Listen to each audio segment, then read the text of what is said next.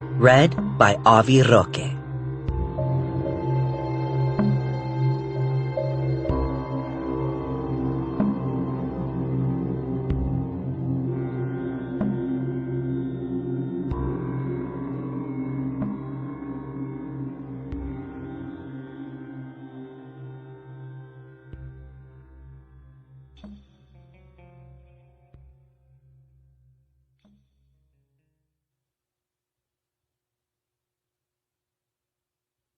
Chapter 1.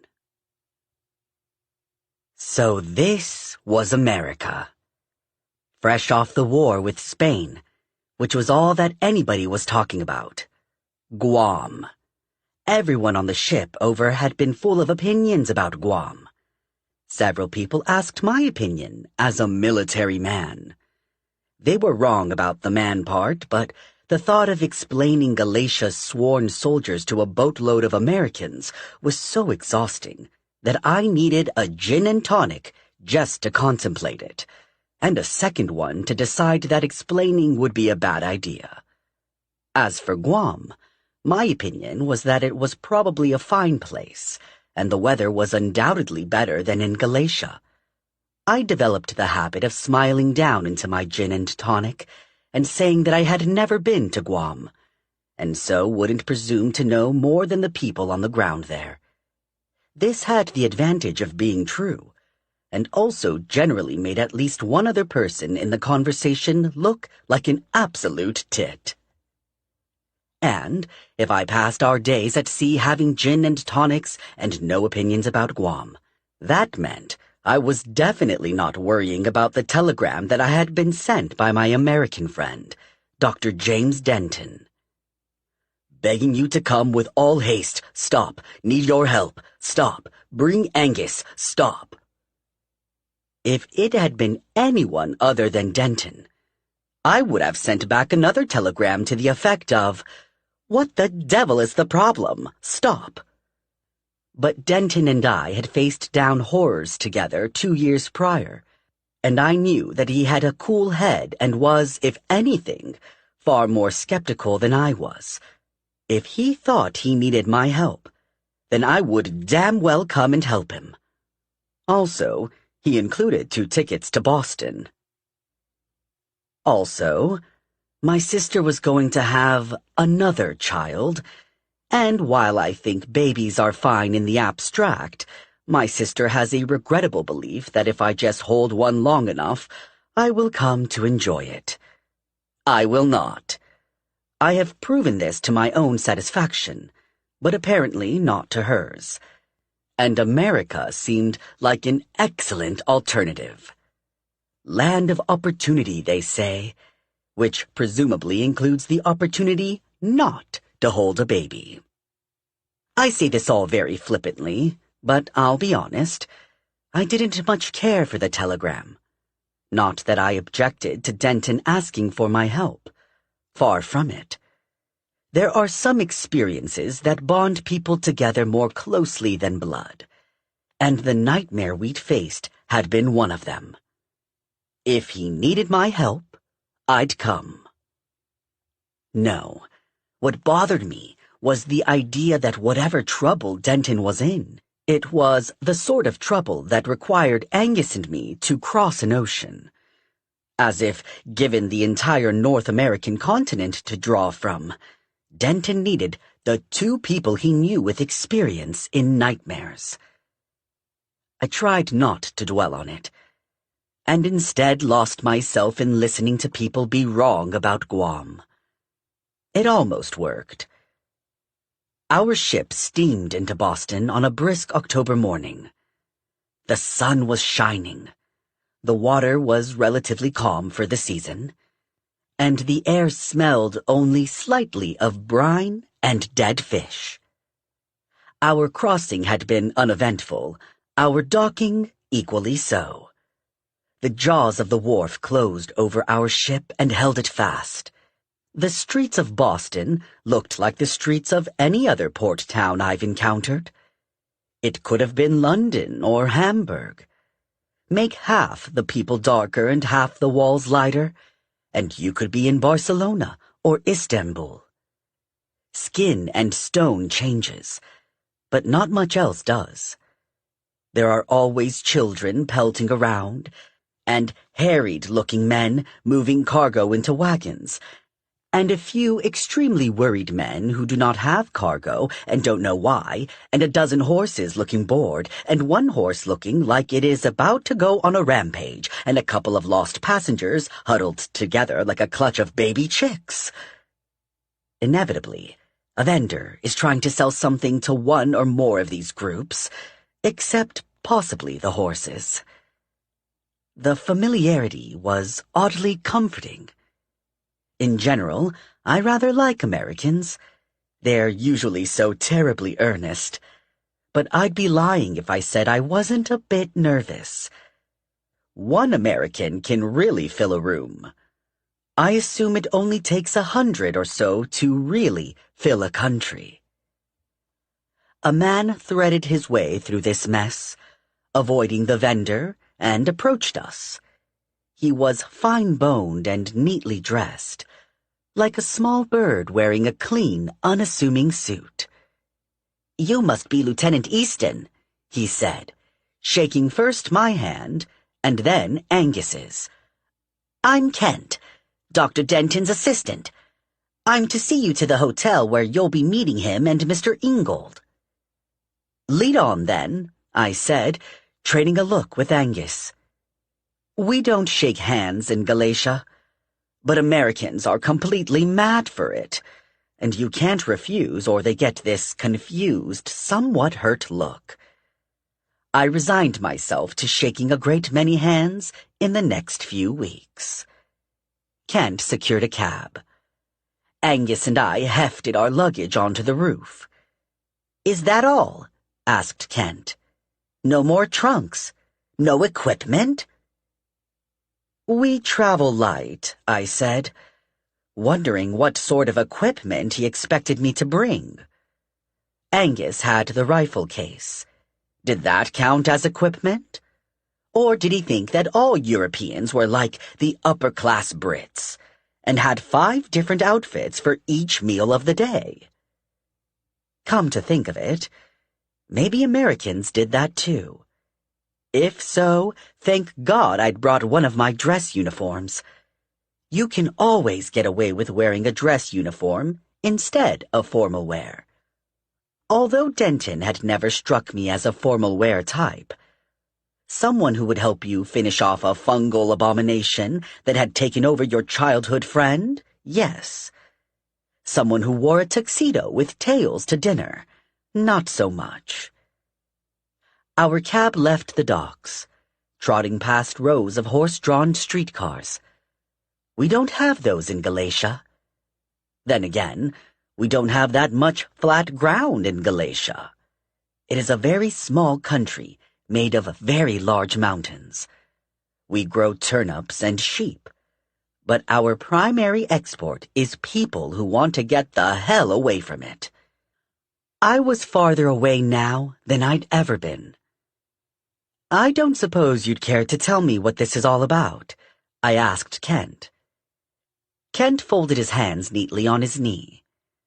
"I am certain that Dr. Denton will explain everything when you arrive."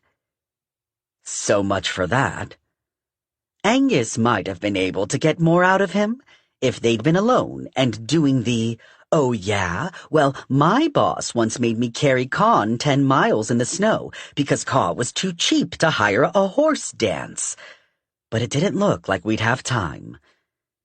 We eventually reached a medium-sized hotel. Kent paid the driver and helped Angus pull down the luggage, and we followed him inside. "That is a lot of mauve," I said, after a moment of stunned silence. The wallpaper was mauve. The carpet that stretched across the marble floor was mauve. The draperies were mauve. The upholstery was mauve. And the pillows scattered on the furniture were mauve with gold tassels. I suddenly knew how a bee must feel, with its head buried in a mallow flower. Kent waved to the front desk, and a man came out from behind it, wearing a mauve tie. He shook our hands and said that it was the hotel's great pleasure to serve us. He clapped his hands and summoned a bellhop, dressed from head to toe in mauve, who took our luggage. I wondered if the bellhops ever stood up against the walls for camouflage. The hotel man shook our hands again and pressed our keys into them at the same time, in a skilled maneuver that I assume required years of experience. "Dr. Denton is waiting for you in the dining room," said Kent, herding us efficiently to one side of the lobby.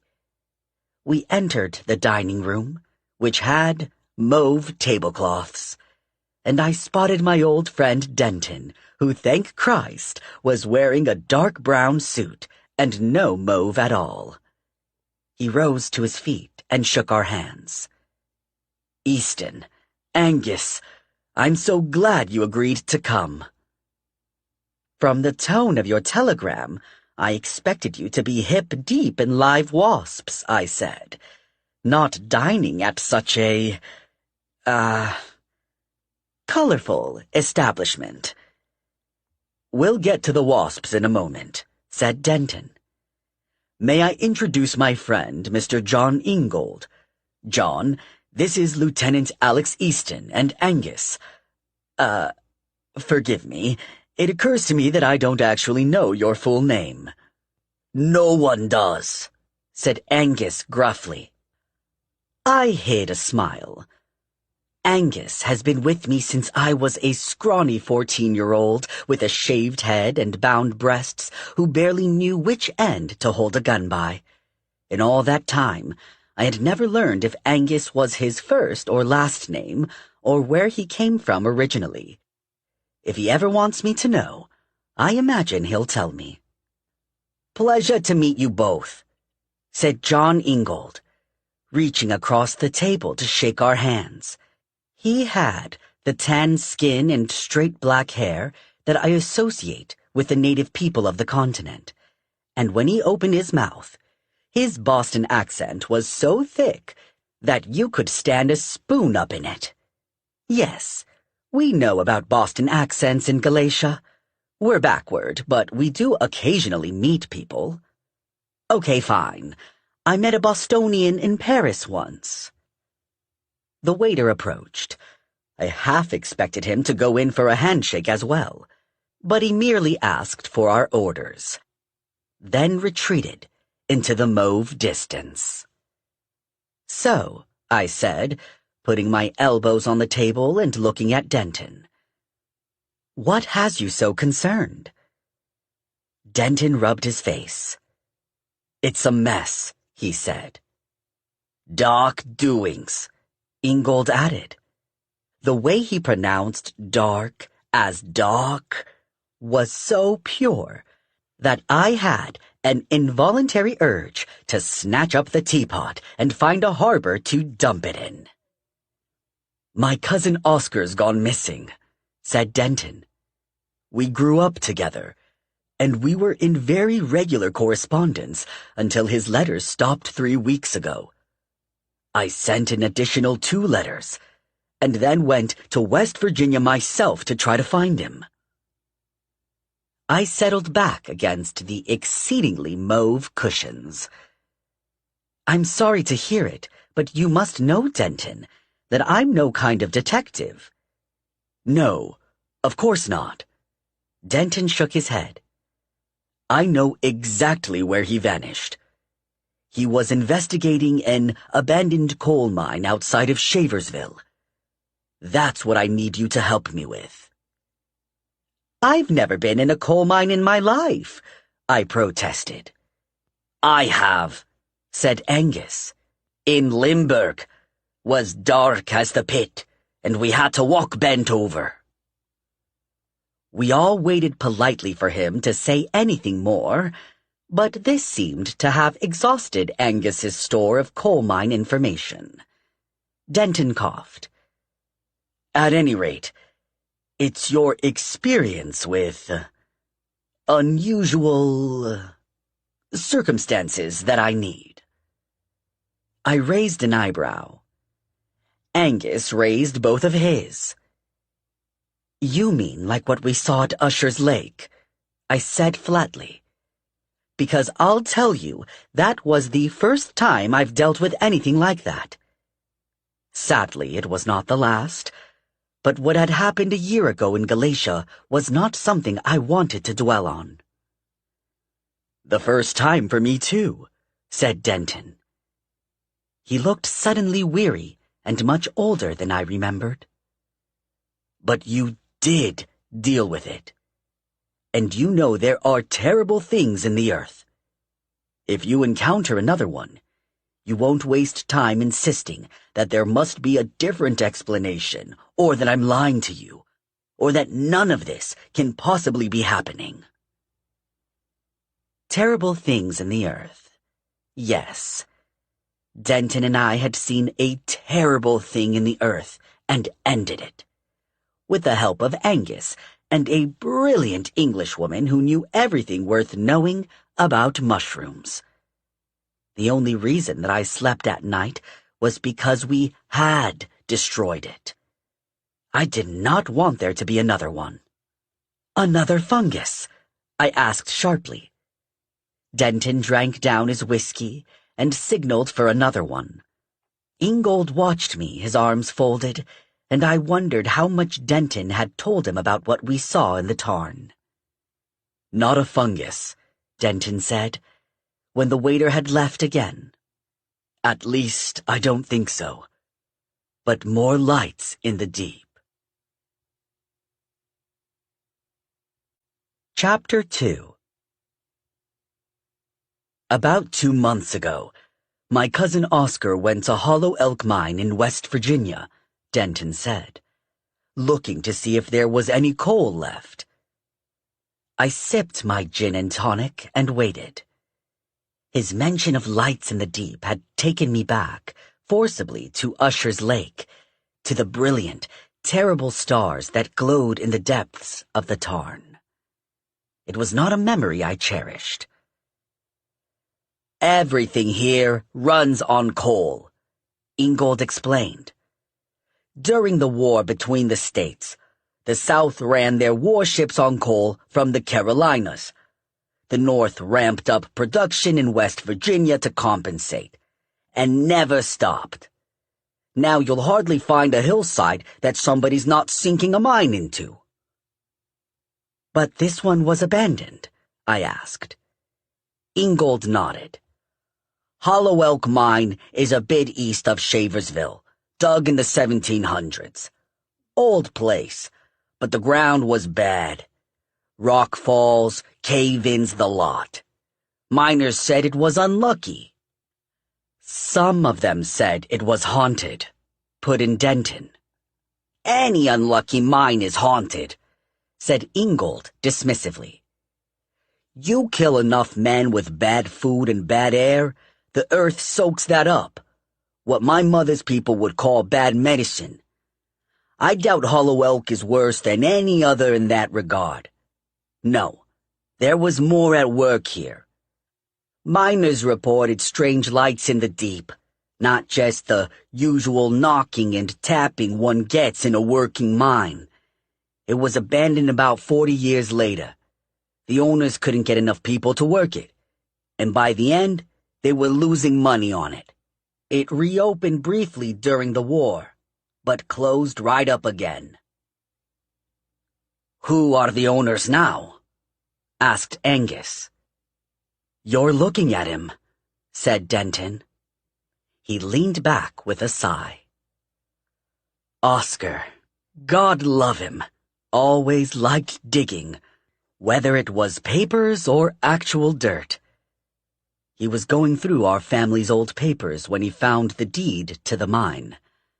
I hadn't even known I'd inherited it. No one's given it any thought for at least a generation, I imagine. Hollow Elk had been abandoned, and hadn't been worth much even when fully up and running, according to the papers. Oscar was curious as to why it had been abandoned. Denton took a gulp of whiskey.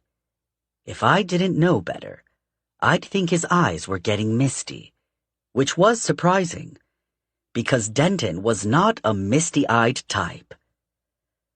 When Oscar and I were kids, he was always looking for caves. Got stuck in one when he was 12, and it took the fire department 3 hours to get him out again. Then he was back in there the next week.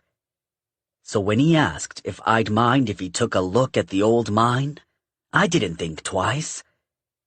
He said he wanted to see if there was any money to be made from it, with more modern mining techniques, but I knew mostly he just wanted an excuse to go poking around underground. Caves, mines, that sort of thing. He was mad for them. Denton looked up at me, a wry, unhappy twist to his lips. So you see, this is ultimately my fault. I raised a skeptical eyebrow at that. Did he have experience underground? Angus asked, other than getting stuck. Quite a lot, yes. Angus and I exchanged a look. Then I don't see how you could be blamed, unless there's a lot more to the story, I said. The line between Denton's eyes didn't smooth out. He sent me a number of letters, he said. The first few aren't particularly noteworthy. He reached the mine, set up camp there, and began mapping out the details. Then, almost a month after he arrived, he sent me this. Denton nodded to Kent, who extracted a sheaf of notes from his valise and handed them to me. I unfolded the letter. It was written in a neat, even hand, the sort of lettering beloved of clerks and teachers. James, I must apologize for what I am about to commit to paper, for it must seem as if I am springing it upon you without warning. In truth, I have been observing these phenomena since the very beginning of my exploration of Hollow Elk, but I have been reluctant to mention them. They were easily dismissed at first as the tricks a man's mind plays on him in the dark, and I did dismiss them as such, until the evidence began to weigh too heavily against it. Ah, I thought, the sort of person who talks about observing phenomena. I actually quite like people like that. Because if you can get them talking about their particular specialty, they will tell you the most fascinating anecdotes about botflies or ball lightnings or things they have extracted from some unfortunate soul's rectum. They can be immense fun at otherwise stuffy parties. I have been hearing sounds in the mine. Not the creaks or knocks that are common to mines, but peculiar sounds, as of something moving around within it. The mine entrance is large, and the boards did not cover it completely, so I was not surprised by this either, suspecting only that some animal had taken up residence within. But of late, the sounds have gotten closer, and there is something damnably odd about them. They are wet sounds, almost a squelching. Roger hears them too, so I have at least that much proof that it is not my imagination. Furthermore, things have been going missing. Sheets of paper and at least 2 fountain pens have vanished, as well as several tins of stew. Roger denies taking any of it, and certainly he is not a man to steal paper and pen. Indeed, I should be overjoyed to find a newfound tendency to literacy in him, and would happily gift him entire reams. I do suspect him in the case of the stew. He has lately acquired an enormous mutt from the nearby town, and I have no doubt that it eats like a horse. I do not begrudge the dog the stew, though, as it is a comfort to have a watchdog about. Ordinarily, I would not trouble you with such minor matters, as the noises have continued off and on for weeks, and maybe nothing more disconcerting than a drip behind a wall, or a frog having taken up residence in some flooded subsection, and of course, things go missing everywhere, most particularly pens. But yesterday, while I was mapping the lowest area in the 3rd level, the last area excavated before the mine was abandoned, I saw something impossible in the depths. I saw light. I cannot explain to you how unsettling it was. When you are deep underground, light can only mean other people. There was no possibility of a shaft from above intersecting with this one. This level was not ventilated before being abandoned.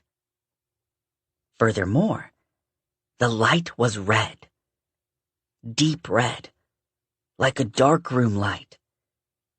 I had turned off my own carbide headlamp to refill it, and at first I thought my eyes were playing tricks on me. But there was indeed a red light much farther down the tunnel. It did not flicker like firelight, but was strong and steady. I am not one of those men who carries a pistol wherever he goes, certainly not within a cave system. But I tell you, James, I wished that I had one then. There was something desperately frightening about seeing a light underground where no light should be. I thought of a dozen improbable explanations, mostly involving lava. You'll laugh at that, and I would too. But I could think of nothing that could realistically explain such a light. Very likely, I should have gone to fetch Roger to explore the tunnel with me. But at the time, all I could think was that if I did not go at once, whoever made the light could follow me up the sloping shaft to the higher levels, lie in wait there, and then come down behind me the next time I ventured in. I could not bear the thought, and so I redonned my carbide lamp and went forward toward the light. I will spare you the suspense. I did not find the source. It went out almost as soon as my own light went on. The main tunnel here splits into 3 passages, and I picked the wrong one initially, only to reach a dead end. The central tunnel ends in a squeeze, and I would have had to crawl through on hands and knees in order to continue. I am nearly certain, however, that the red light was on the far side of the squeeze. When I turned my own light off again and waited, I heard something moving down there. It dislodged dirt and pebbles, whatever it was, and I do not think that it was the sound of further subsidence. I would think that it was an animal, but animals do not wear lights. At any rate, James, you doubtless think that I have gone off my head from bad air now, and I cannot say that I blame you. Certainly Roger is skeptical, although he is too loyal to say anything of the sort. And the dog he's acquired has given no indication of any strangers about. The brute even barks at passing deer and rabbits. So I doubt any human could pass unmarked. Nevertheless, I plan to get to the bottom of this. The squeeze is a small one, as blasting on this level was not far advanced, and while the air is hardly pleasant, it is not so bad as to make one hallucinate. No, I think some person has taken up residence in the mine itself. I plan to investigate further, if it is possible to do so without the ceiling falling in on me. Rest assured that I will take all due precautions, and shall update you as I can. Your devoted cousin, Oscar. I handed the last page to Angus, feeling an odd clenching in my gut. Not so much at the contents. I could think of a half-dozen explanations off the top of my head, including very ordinary human thieves. But the word Squeeze came and squatted inside my chest in a way that I didn't like. "What is this squeeze he's referring to?" I asked. "Ah," said Ingold. "In a mine like Hollow Elk, they leave pillars of rock between excavations to hold up the ceiling. If the weight of the ceiling is too great, it bears down on the pillars, and the floor rises toward the ceiling, so the passage becomes very narrow." "That is horrifying, and I want to go home," I said, although I pronounced it, "Ah, I see." Despite the formal tone of the letter, it was far too easy to put myself in Oscar's shoes. I could imagine the weight of all that rock overhead, pressing down, squeezing. I have never thought of myself as claustrophobic. It hadn't occurred to me that maybe I just had never been required to test that. The waiter appeared at my elbow with another gin and tonic before I noticed that my glass was empty. Funny how that works sometimes. Denton thanked him absently, his eyes distant. I suspected that in his head, he was a great many miles away, underground, watching strange lights. The next letter was dated 2 days later, and the handwriting was notably less even, with occasional blobs of ink. "Denton, I have found the strangest thing in the mine, or more accurately, behind the mine. It is all so peculiar that I am dashing off this note at once, lest I start to doubt my own recollections. Undoubtedly, you will doubt them as well. If you come here, though, and I wish that you would, I will show you what I am referring to. I am sorry I am telling it all out of order.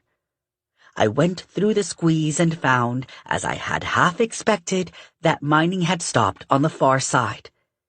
The coal seam had run out, and these tunnels were mostly exploratory to see if they could pick it up again elsewhere. But it was not a dead end, as I had believed. There was a gap in the stone, amid the rubble left over, though it seemed so narrow that only a boy could fit through. I would have missed it entirely. But there was air coming through from the gap. My first thought was that there was another mine nearby, and that the shaft had broken into this one. But there are no nearby mines, so far as I know, and unless their shaft ran for miles underground, I would certainly be aware of it. The other possibility, that this was somehow a natural cave, defied geology. Coal seams and caves do not coexist easily, particularly in this part of the world. Nevertheless, I will spare you suspense and tell you that it was a cave. How natural it is, I am not certain. Roger had grave concerns about excavating the rubble, afraid that the ceiling would come down upon our heads. Given the squeeze, I cannot blame him. We put up timbers, which I confess most likely provided only psychological support, and began clearing the rubble. The tunnel we found is low and broad, requiring one to traverse on hands and knees, sloping downward. The walls are very smooth, but of a curious, almost undulating shape, tapering inward for perhaps 2 feet, before belling out again for another 2, then back again.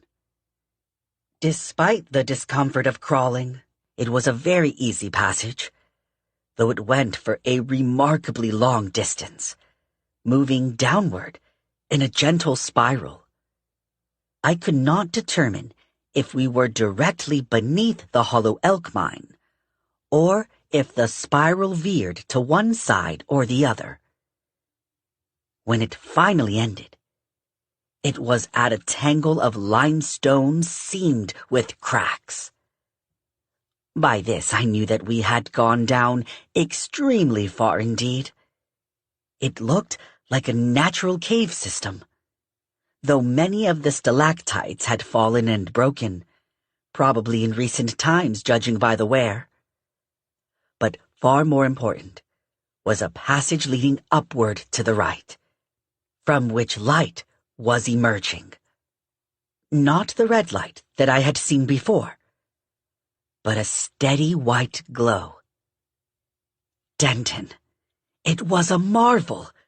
A chamber 100 feet across, floored with some gemstone that I have never seen before. It was perfectly smooth, almost like glass, and shone like mother of pearl, and it glowed in the darkness with a light strong enough to read by. I have never seen anything like it.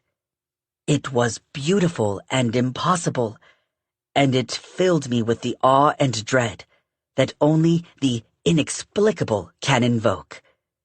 I do not know how such a thing came to be. The gemstone was too hard to break off, and Roger certainly tried his best. He did not like the cave, though, pronouncing it not canny. You must come in to see it, for I can hardly believe my own eyes, and would be grateful for someone else's. Roger has many fine qualities, but objectivity is not among them. That is the bulk of my discovery, and the most important thing. I will note in passing that on our return, I found the tins that had gone missing.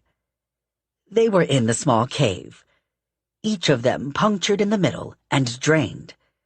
So our mysterious thief is staying down here, although we did not see him during our visit. Please come at once. This is an extraordinary find, and one which deserves to be brought before the eyes of men of learning. Yours, Oscar. Huh, I said, when I had reached the end and handed the last page to Angus. A gemstone cavern underground. It sounds almost too fabulous to be true. You're not the only one to think so, Ingold muttered. Obviously, I went down at once, Denton said. He was nowhere to be found. I spent a day or two trying to find him, but no one had any leads at all. When I came back, this was waiting for me. He shoved a much-folded slip of paper across the table at me. I unfolded it and saw another telegram. My apologies for having missed you. Stop. I took ill from the mine gas. Stop. Please ignore my prior letters, as I was not in my right mind when writing. Stop. Hollow Elk Mine is of no interest. Stop.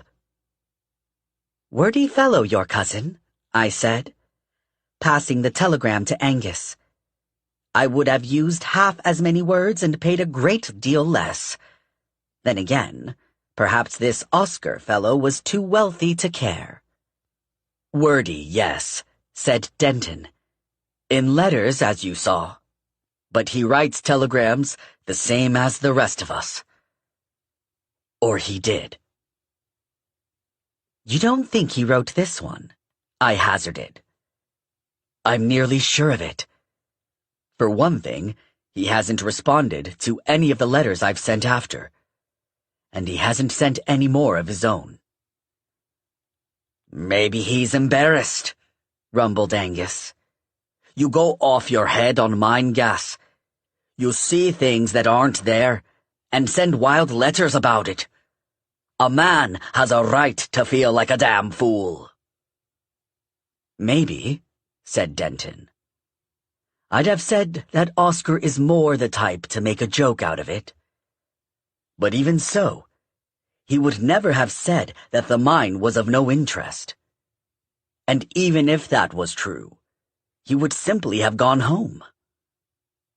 But his mother says that he hasn't been back, and he hasn't written to her either. Trust me, Oscar could be off his head from mind gas, half dead, and missing both hands, and he would still have written home to his mother.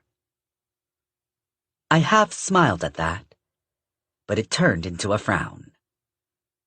I suppose that leaves the possibility that someone murdered him and sent the telegram to cover it up. That's what I think has happened, offered Ingold. I grant that the letters about what he was finding are unsettling, but there's no reason to think it was anything but straightforward murder. He had an assistant. If there was something valuable in the mine and his assistant wanted it, he may have killed Oscar to get it. There was a tightness around Denton's eyes, but he didn't protest the suggestion that his cousin was dead. I wondered if he had accepted the possibility, or if he and Ingold had simply argued it so many times that it no longer had the power to sting. Roger was incredibly loyal to Oscar, Denton said. And yes, I know men have turned their coats before. But Roger was also very nearly illiterate. He couldn't have sent that telegram. He got someone else to write it then, argued Ingold. By the well-worn feel of the debate, I was pretty sure this wasn't the first time. And that's why you've had no more letters. He knew he couldn't fake those.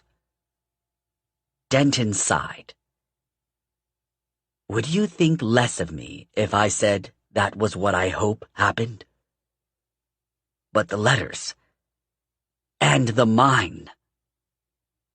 He rubbed his hands over his face. There is something very wrong with that mine.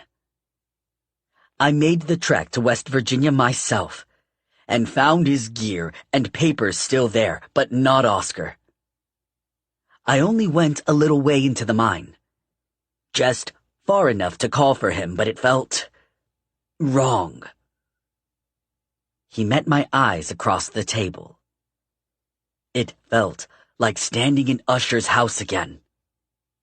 And you, of all people, Easton, know that I don't say that lightly. Usher's house. The creeping malignancy that had seemed to infest the walls there, made of more than just the library full of rotting books and the worms gnawing on the beams. The thing that had dwelt in the dark lake and sent fungal fingers up into the house itself. Yes, I knew. The thought of facing such a thing again made me want to turn around and head straight to the docks for a ship going back to Europe. In fact, if there wasn't a ship, I might see how far I could swim. But Denton had asked for my help, and there was nothing in me that would allow me to turn tail when a friend needed me. Ours is not to question why, etc. I hate that poem, but I understand it. Denton had stood beside me against the horrors in Usher's Lake. It was my turn to stand beside him now. I drained my gin and tonic and set it down. All right, I said. When do we leave? Chapter 3. We spent the night in the hotel and caught the train the next morning. Before leaving, Denton tapped on my door and slipped inside, looking awkward. I wanted to have a chat with you, if I may. Certainly, I said. I had made an attempt at folding my clothes back into my trunk, which Angus was in the process of correcting. What's on your mind? Denton rubbed the back of his neck. I wondered what made him so ill at ease. You know, other than his cousin vanishing in an abandoned mine full of squeezes. You know that we don't have sworn soldiers here, he said. I don't know how you want to handle that. I'll do whatever you like, of course. Oh, is that all? I'd already anticipated the issue. What Americans know of Galatian sworn soldiers derives from the most lurid sort of periodical, where I would likely feature as a 6-foot Amazon with a harem of cowed males. I wouldn't mind being taller, but having a harem of either sex sounds frankly exhausting. Given the choice between explaining the reality to half the people I met, or simply letting them assume that I was a man. No, there was no question. I wasn't thrilled about it, but frankly, I had been tired of explaining matters a decade ago, and by now I had approached a kind of transcendent exhaustion. And what was my other option? Wear skirts and let men open doors for me? No, thank you. At least when people mistook me for a man, they didn't do anything more obnoxious than demand my opinion of Guam. To say nothing of the possible dangers if someone decided that I was a woman and thus a potential victim. I did not want to compound the awkwardness of foreign travel by having to shoot someone in the kneecap. It's fine, Denton, I said. We just won't bother correcting anyone. It's not your fault that your language is so woefully short on pronouns. You don't even have one for talking to God. It's an oversight, he admitted. All right, then. I'll make sure Ingold knows. For a language with so many words in it, it's got some definite flaws, Angus said, once Denton had left. I don't know that we get to judge, I said. Galatian is possibly the most complicated language in Europe. Among its many quirks are different pronouns for men, women, children, soldiers, priests, rocks, and God. The ones for rocks, Shah and Shan, don't come up much. But thinking of Hollow Elk Mine, I had a grim feeling that I might have a use for them sooner rather than later. The train ride from Boston into West Virginia was extremely long by the standards of Europe, but it was also remarkably comfortable.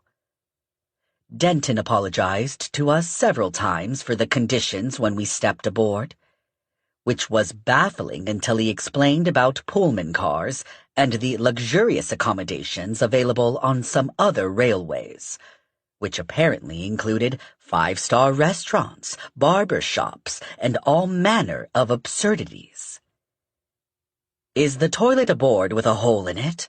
I asked, breaking into this monologue after about 5 minutes. Denton blinked at me. God, no.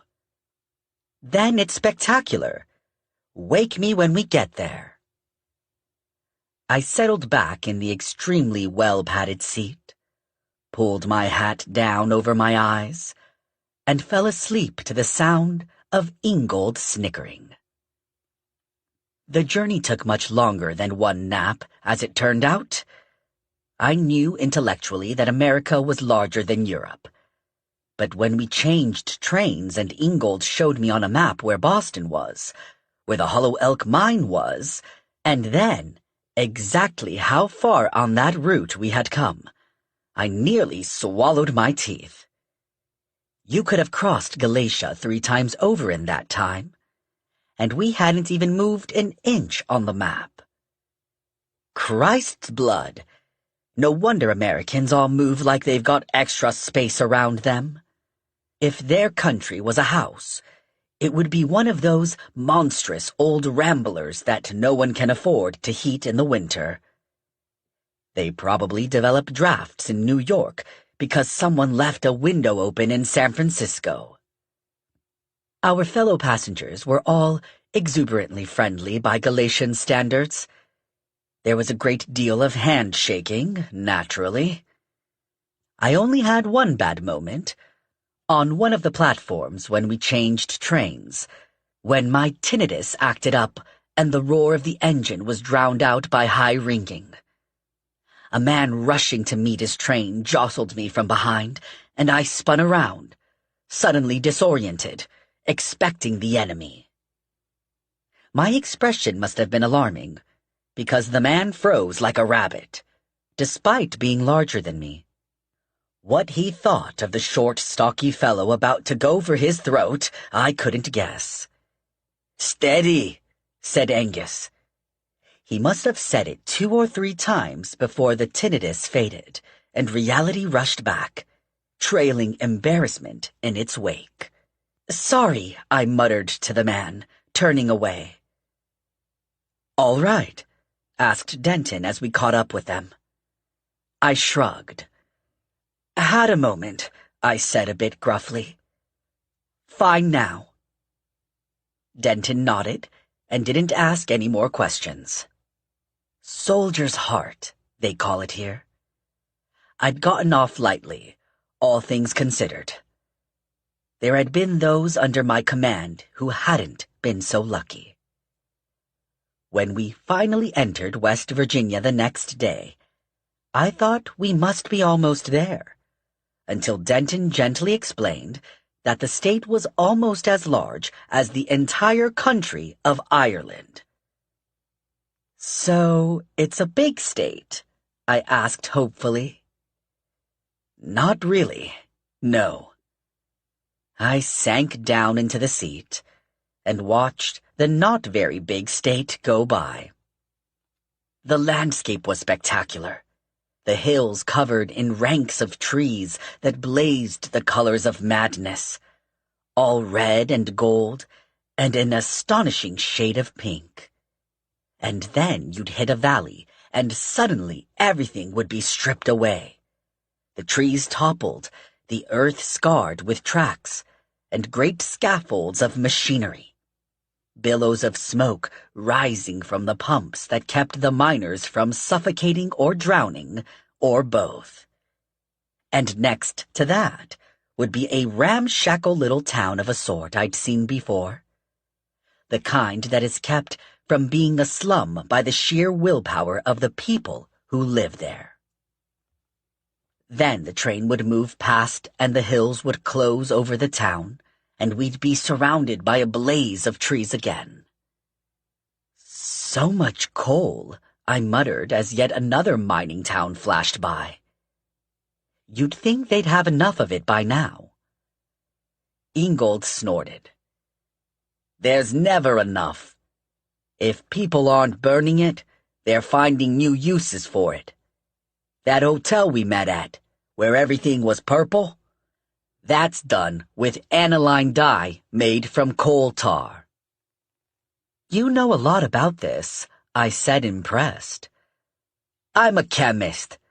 Used to work for DuPont." "Used to?"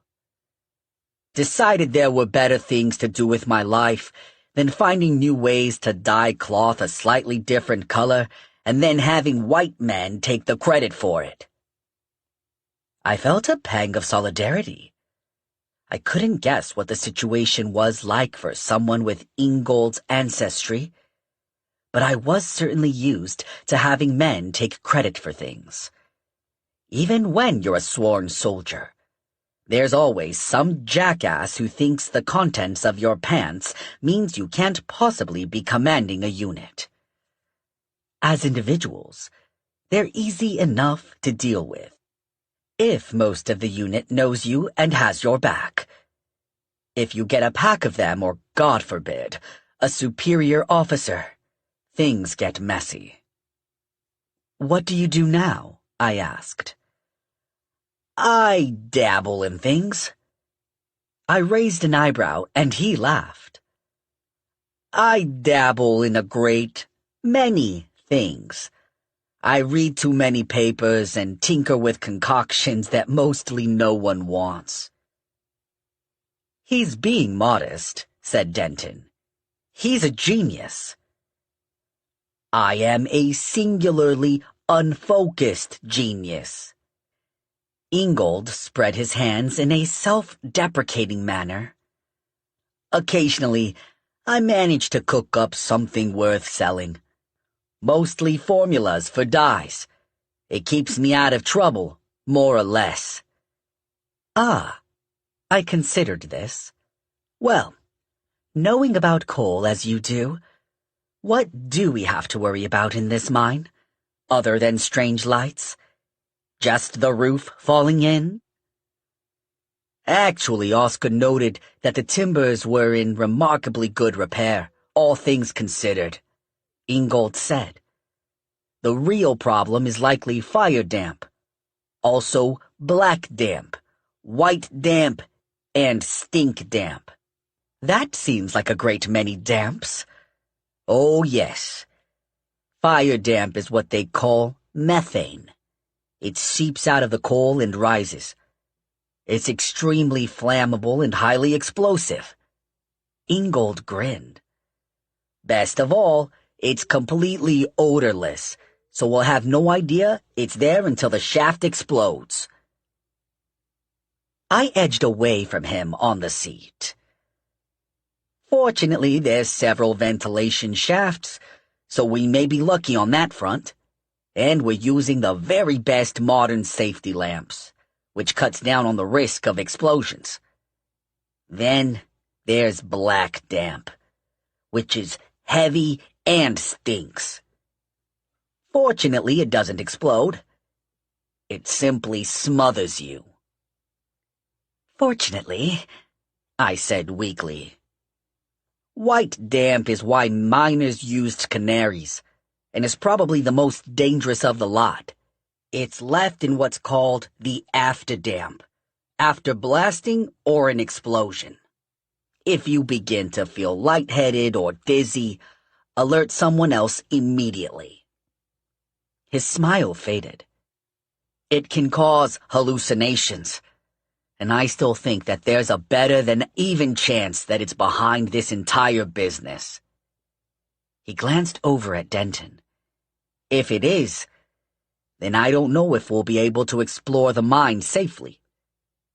It's extremely poisonous and explosive. And what was that last one? Stink damp.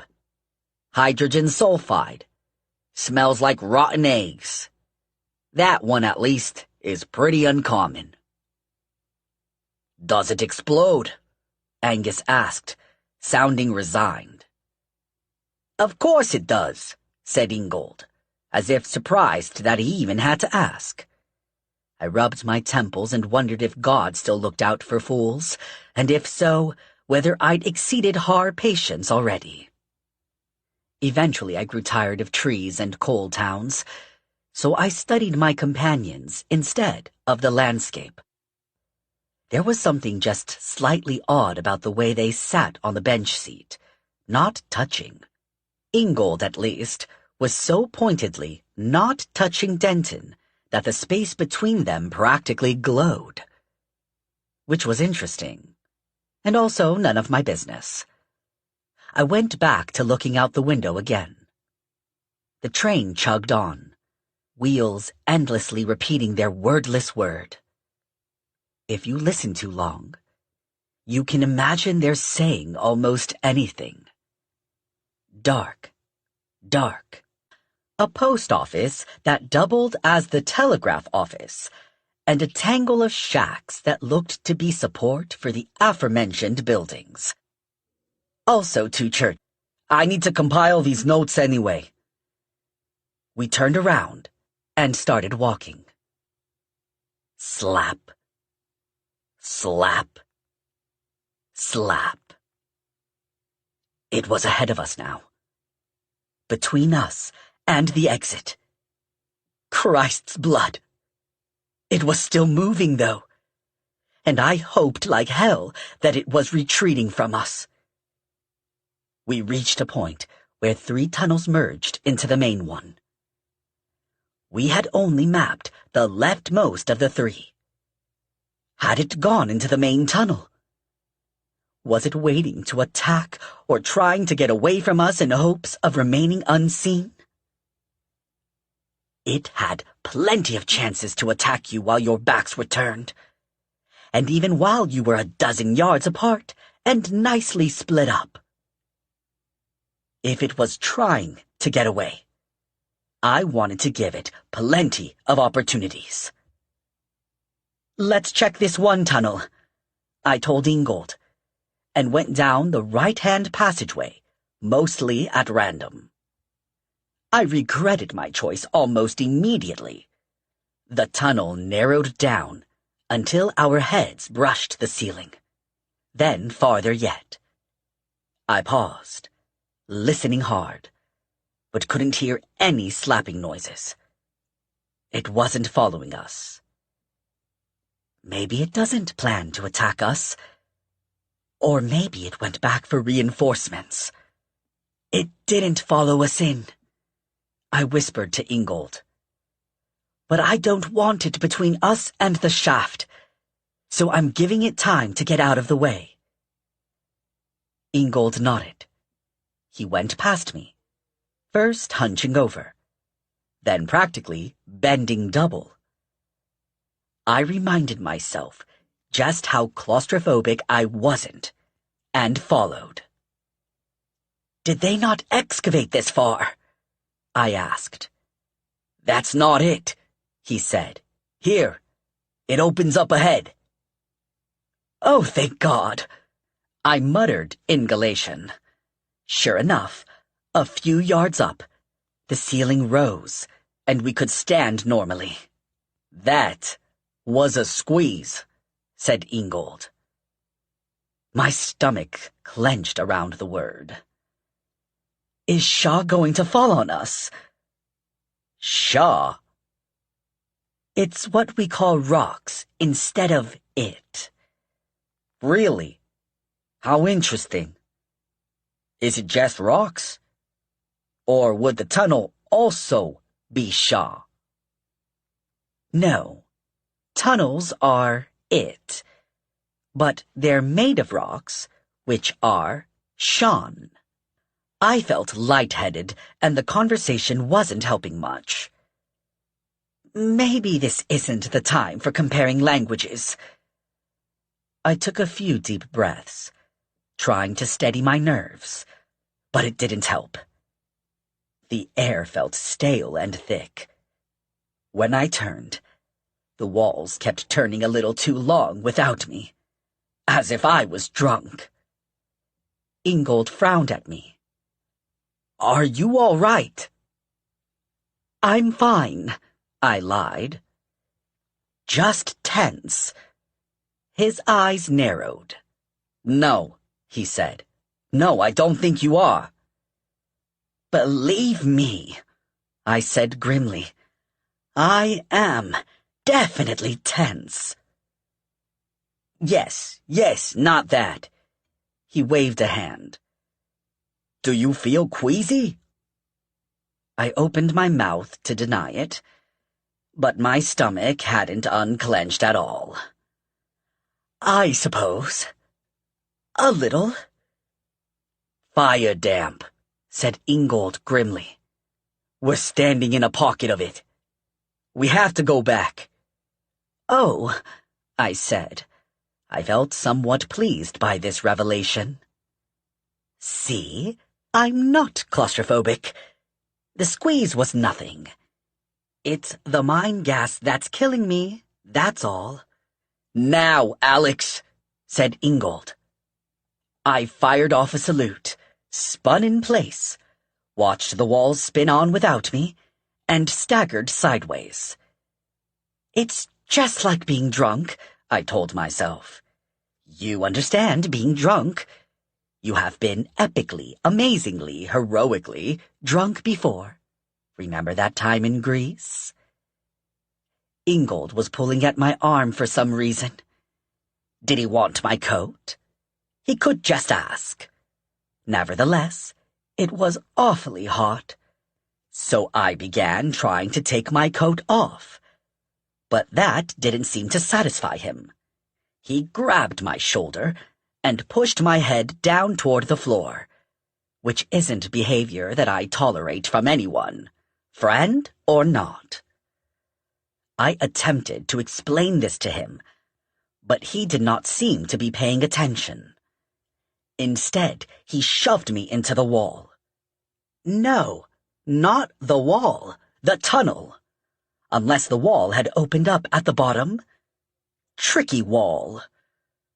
A light zipped crazily from wall to floor and back again. Ingold was still pawing at me. Obviously, he was drunker than I was. I was going to have to take a swing at him in a moment if he didn't stop. He shoved me again, hard. I lost my footing and went to my knees. Then someone bellowed, "Forward!" And that meant march, or at least crawl, an order which bypassed my brain entirely. I crawled. The light kept wobbling around in front of me like it was drunk too. We were well past the squeeze before I realized that it was my own headlamp making the zigzagging light. A minute later, I realized that I was not drunk, and a minute after that, Ingold said, "That's probably far enough." "Ah," I said, after a long few minutes. The walls were stable again, and I could stand up, which I did, cautiously. We nearly died just then, didn't we? "I believe so." Ingold mopped at his forehead. "I've poisoned myself in the lab once or twice, but it usually took a lot longer." Everyone handles a brush with death differently. I have a system where I think, "Christ's blood, I nearly died," until my body finally catches up with my brain. Then I have the cold shakes for a few minutes. Then I stare off into space for a few minutes. Staring off into space in a mine is quite dull, though. So when Ingold suggested we go back up to camp, I agreed.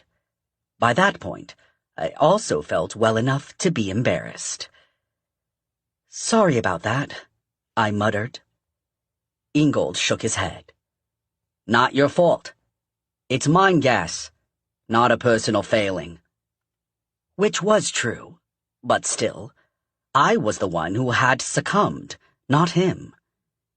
He'd had the sense to shove me out of the gas while I was still spinning in place.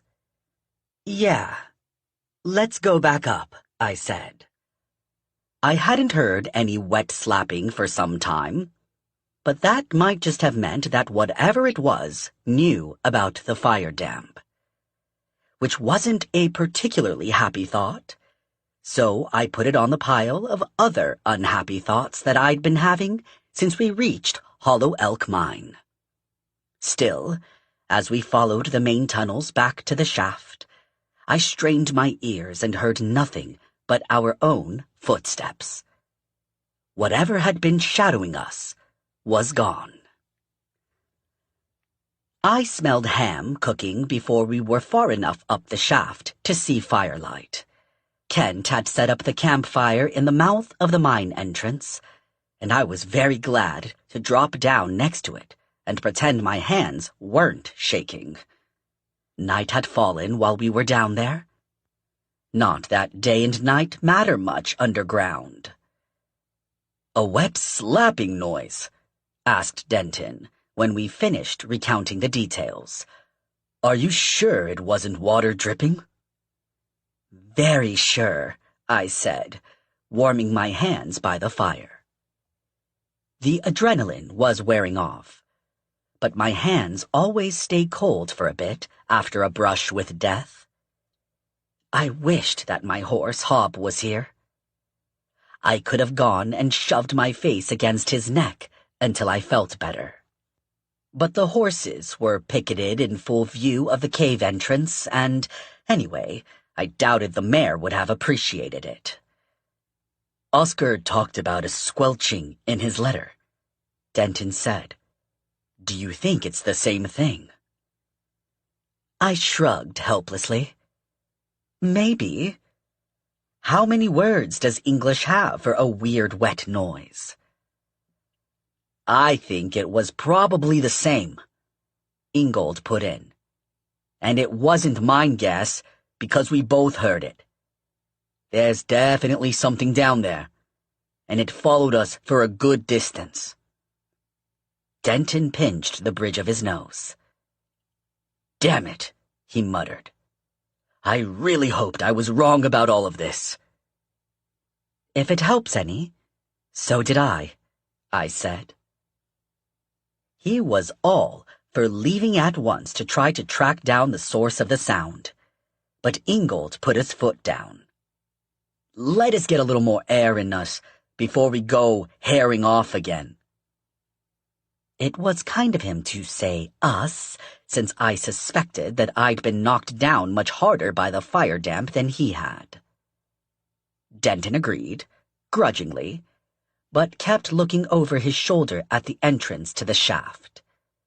Soldiers look like that when they know their comrades are dead. But they can't shake the urgent sense that if they just go back out soon enough, maybe a miracle will be waiting. Kent, who could cook a 3-course meal over a campfire, announced that dinner was served. I took my tin plate of beans, ham, and biscuits and dug in. On the bright side, said Angus, sitting down beside me. At least this means we didn't waste a boat ride. Denton was on his feet as soon as our plates were empty. I really didn't want to go back down, which of course is why I did it. We have a saying in Galatia. When the wolf bites your heart, don't wait for him to shit. Which means, if you're scared of doing something, don't put it off. Ingold tells me there's a similar American saying about getting back on a horse. The longer I waited to go back down, the more I'd keep reliving drowning in mine gas, and the worse it was going to be. The wolf's teeth were firmly in place as we made our way back down to the 3rd shaft. We gave the squeeze a wide berth and returned to the tunnels where we'd heard the strange wet sound, and began to go back and forth, listening. I felt like an ant moving in the darkness of an anthill. Do individual ants ever think about the earth over their heads and feel uneasy? If so, I bet they don't tell the other ants about it. It would have been nice, since I was being quietly stoic, to be rewarded by hearing the whatever it was, but we walked around for the better part of an hour without hearing anything more alarming than the creaks and groans of an old mine. Which are quite alarming enough, thank you. Are you sure this was where you heard it? Denton asked. Absolutely, said Ingold. Denton didn't ask again, and he didn't ask if we were sure we had heard it, which perversely made me less certain that I had been. If I'd had to argue that there had been a sound, I would have convinced myself thoroughly, but now I began second-guessing everything. Could it have been a strange echo? Some drip into the poisoned lake at the bottom of the shaft? Some whiff of mine gas turning both our heads? We can try again tomorrow, Ingold said finally. It's getting late. I didn't need any encouragement to turn back toward the main shaft. Denton lagged behind us, still listening. I glanced over my shoulder, worried about leaving him behind, when he stopped dead, yanked off his helmet, and hissed, "Turn off your lamps!" Years of worrying about a careless cigarette giving away our position to the enemy snapped into place. I had my lamp off and extinguished in seconds. Ingold, perhaps unwilling to be stranded completely in the dark, turned his light to point away from Denton. "What?" he started to say, and then he stopped. Far down the tunnel, a spark of red burned against the darkness. Chapter 7. There are many reasons not to run in a dark mine, and Denton presumably thought of them, because he cursed softly, then whispered, "Can you point your lamp down?" Ingold did. I left mine off. We crept forward in the gloom, alternating between watching our feet and looking up to see if the red light was still there. It was hard to tell at first, since it was the same dull red color as the after images that burn onto your eyes. I kept staring at it for too long, half convinced that my eyes were playing tricks on me, then stumbling over the uneven floor. As our eyes adjusted, though, the light came into better focus. It was an unmoving glow, not like our headlamps, but without the flicker of firelight.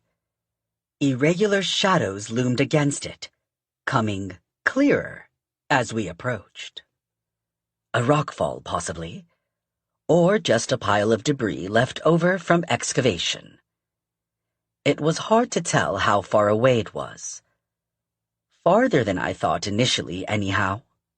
Tunnels branched off to our right, but we kept inching forward, drawn by the bloody red light. "This is what Oscar wrote about," Denton breathed. His whisper sounded as loud as a scream in my ears. I had to swallow twice before my mouth would form the words. Must be. After long minutes of not getting any closer to the rockfall, suddenly it was right in front of us. It was chest high, with only a narrow gap at the top. Anyone wriggling through would be vulnerable to an attacker waiting on the other side. Ingold flicked the edge of the light along the scarred ceiling, then lowered it to the ground again. "Was it a cave-in?" I whispered. "Looks like it." I closed my eyes briefly. "Gas?" "Doesn't look angled to trap it, no." "Good enough," Denton murmured, and set his foot on the rubble. Rocks rolled and clattered together under his boot, loud as a gunshot in the silent belly of the mine. The red light went out. Denton cursed. Ingold whipped his light back around, the beam nearly blinding me. Blood rainbows danced in front of my eyes, and then we heard it. A flurry of wet slapping sounds, right on the other side of the cave-in. No longer stealthy, but rapid, like a fish dragged out onto land and beating itself against stone.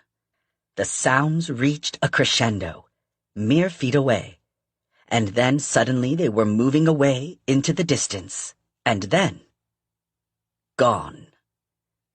Denton was already at the top of the rubble pile, scrambling through the crawl space. Ingold was close behind him. I took a moment to turn my lamp back on, telling myself that it was only sensible, and certainly not because I wanted someone else to find out if there was fire damp on the far side before I jammed myself into a narrow death trap on the arse end of a mountain. Then I cursed myself for cowardice and started up the pile. My head scraped the ceiling at the narrowest point, then my back. I had an image of getting jammed between the stone and the rock, knees against my chest, unable to move forward or back. Christ's blood! I went flat and hauled myself forward like a worm in a panic. I heard Denton saying, "What the devil?" as I clambered over the loose rock and pitched headfirst into the space beyond. For a moment, I was busy trying to breathe and convince my nerves that I had not gotten stuck, and the air I was breathing was not fire damp. Eventually, my nerves decided to accept this as a polite fiction, and I could focus on what Ingold and Denton were staring at, which looked an awful lot like a body in miner's clothes. Strangely, this helped settle my nerves. Mines are enemy territory for me, but I have experience with all kinds of bodies. "Dead?" I asked.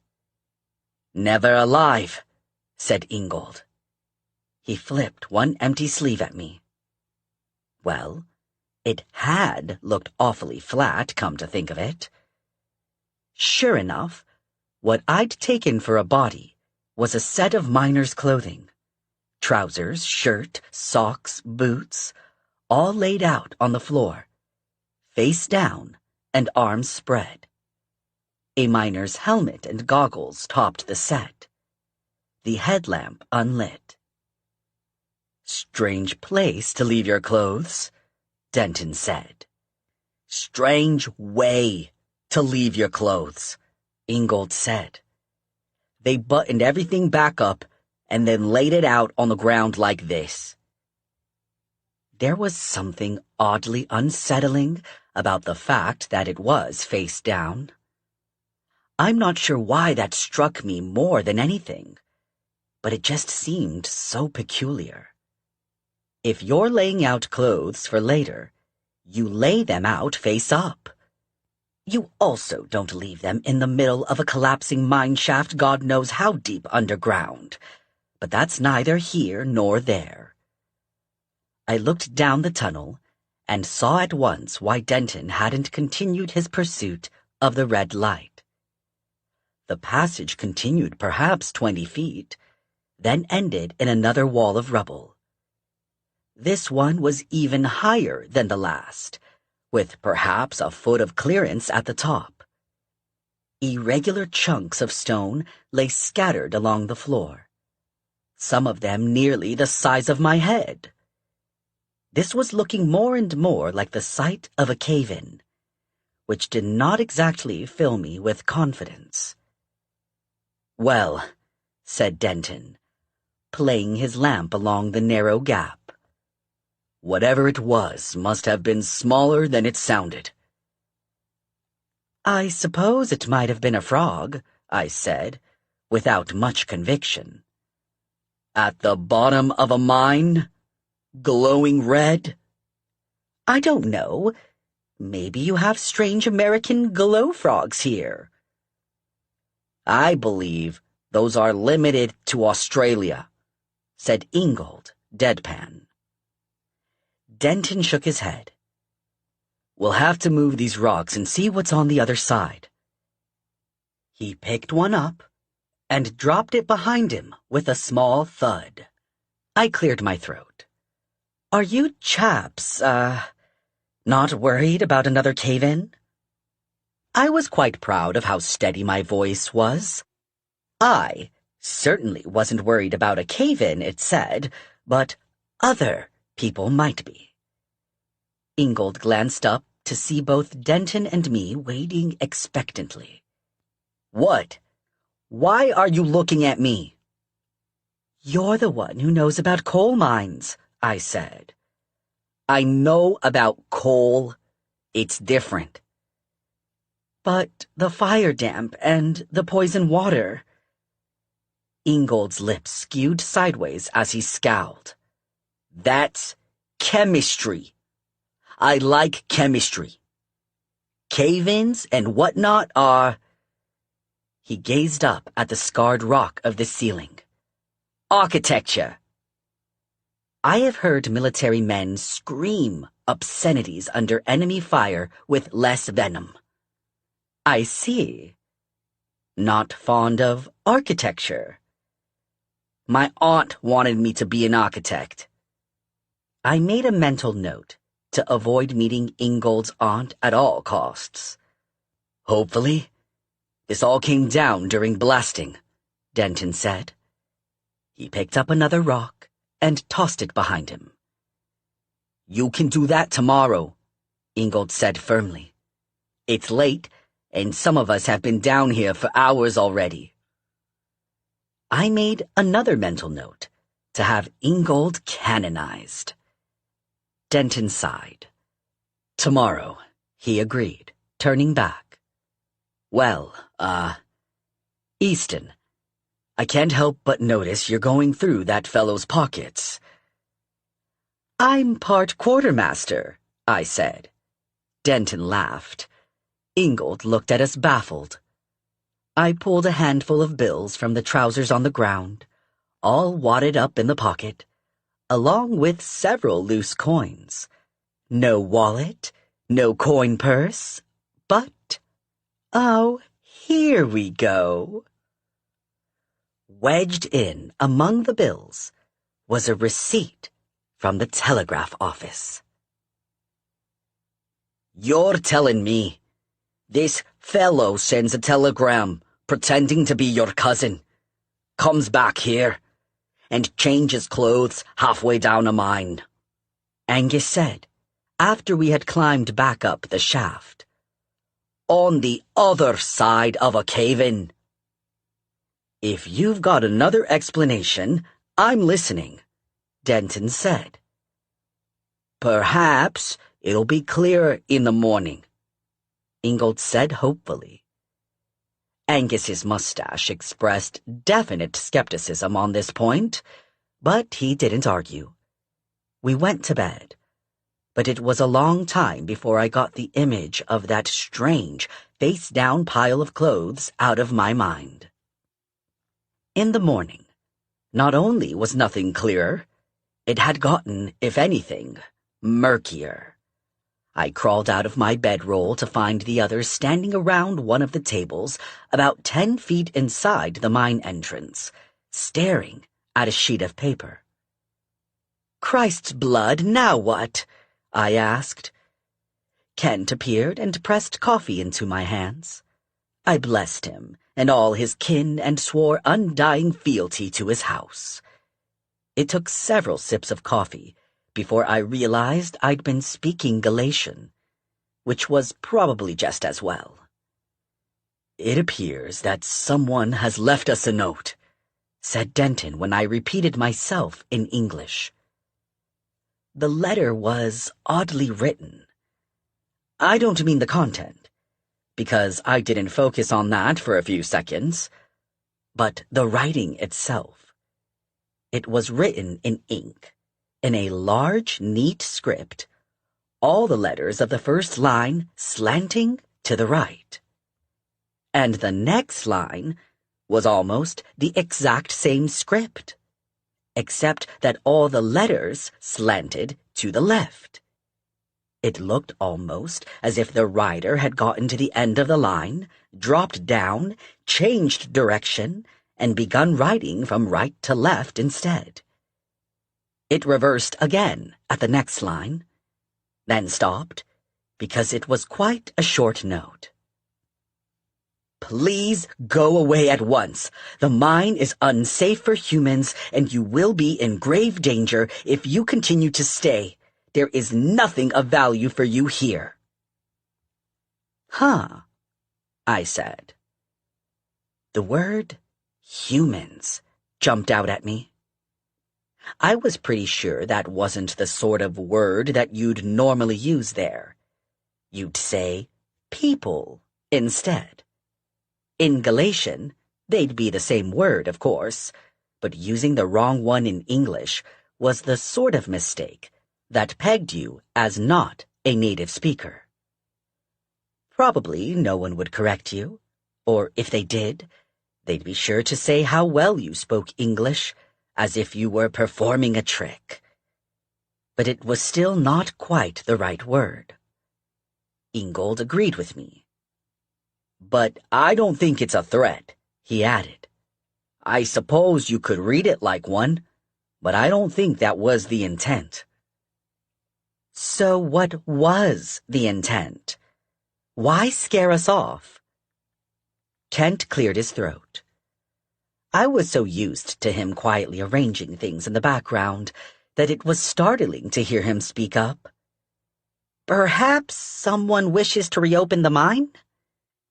It's failed twice as a coal mine, said Denton doubtfully. There are other things than coal, sir. That's true, said Ingold slowly. If they found some valuable deposit, that might explain why they wish to keep people away. More importantly, said Denton, who left it? Our friend from the telegraph office? Maybe he came back for his clothes, I said. No one laughed. Whoever it was, they came in here, where we were sleeping. Angus pointed out. I'm not saying we wouldn't have woken up if they tried to get into one of the buildings, but I don't much like the thought of someone slinking around here at night.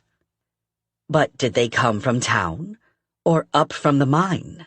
I asked, and then realized, by the quality of the silence, that everyone had been carefully not asking that question. I took a hasty gulp of coffee and burned the roof of my mouth. Either way is possible, Ingold said. But they'd have to be awfully small to fit through that gap, assuming they were the one with the light. Go armed, Angus said. A small man can kill you as dead as a big one. Ingold grimaced. A gunshot down there could bring the ceiling down. So maybe you'll take him with you. There was no arguing with this logic. Denton holstered a gun, and then he and Ingold went back down into the shaft to clear more rubble from the cave-in. I didn't volunteer to go along this time, even if I eventually run out of the need to prove myself to myself. Instead, I stayed up top and watched Angus and Kent watching each other. It's always a crapshoot with two extremely competent aide-de-camp types. Either they recognize a kindred spirit and begin sharing recipes for boot polish and how to feed 50 people on 2 turnips and an elderly onion, or they get along like a house fire, the kind with lots of screaming and hideous injuries. Fortunately for domestic harmony, neither Angus nor Kent showed signs of incipient combustion. They divided the camp chores neatly between them and went to work. I went out and checked the horses, then came back and asked if I could help, and was set to peeling potatoes. Ironically, I did not actually peel many potatoes in the army. I was an officer. But prior to that, when I was a wide-eyed youngster in my mother's kitchen, I peeled my weight in potatoes weekly. This is not a skill you forget. It was, overall, an uneventful day. Denton and Ingold came up a few hours later, blinking in the daylight, and announced that they had cleared most of the rubble. No sign of any red light, Denton said, but there is a tunnel leading down. Though our mother hen here won't let me go into it just yet. Cluck, cluck, said Ingold, unruffled. You've got to give it a chance to air out. I want to build the fire up at the top of the ventilation shaft and see if we can't draw more air through. So, after peeling potatoes, the rest of my day was spent gathering firewood. Honestly, it was like being back in Galatia. It was even cold that night, and the bedroll felt like sheets of ice on my skin, which would have made me homesick if I had any desire to ever go home again. I woke in the middle of the night because I had to piss like a racehorse.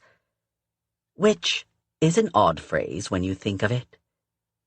Do racehorses piss more than other horses? Why single them out for an analogy? I made my way down the little steps of the overseer's shack and out past where we'd picketed the horses. The wooden latrine was of the board with a hole variety, though Kent had cleared out the cobwebs and evicted any local spiders. One thing that no one warns you about is how loud the nights are in America, or at least in West Virginia. There were the horses, of course, shifting their feet and making the occasional quiet snort, but that was almost drowned out by other things. Things that buzzed and chirped and croaked from every direction as I attended to matters. Were they all insects of some sort? Frogs? Birds? All three? The buzzing was probably an insect. But what was the thing that sounded like someone dragging their nail over a comb? Or the one in the distance singing, "We poor Will! We poor Will!" with monotonous enthusiasm.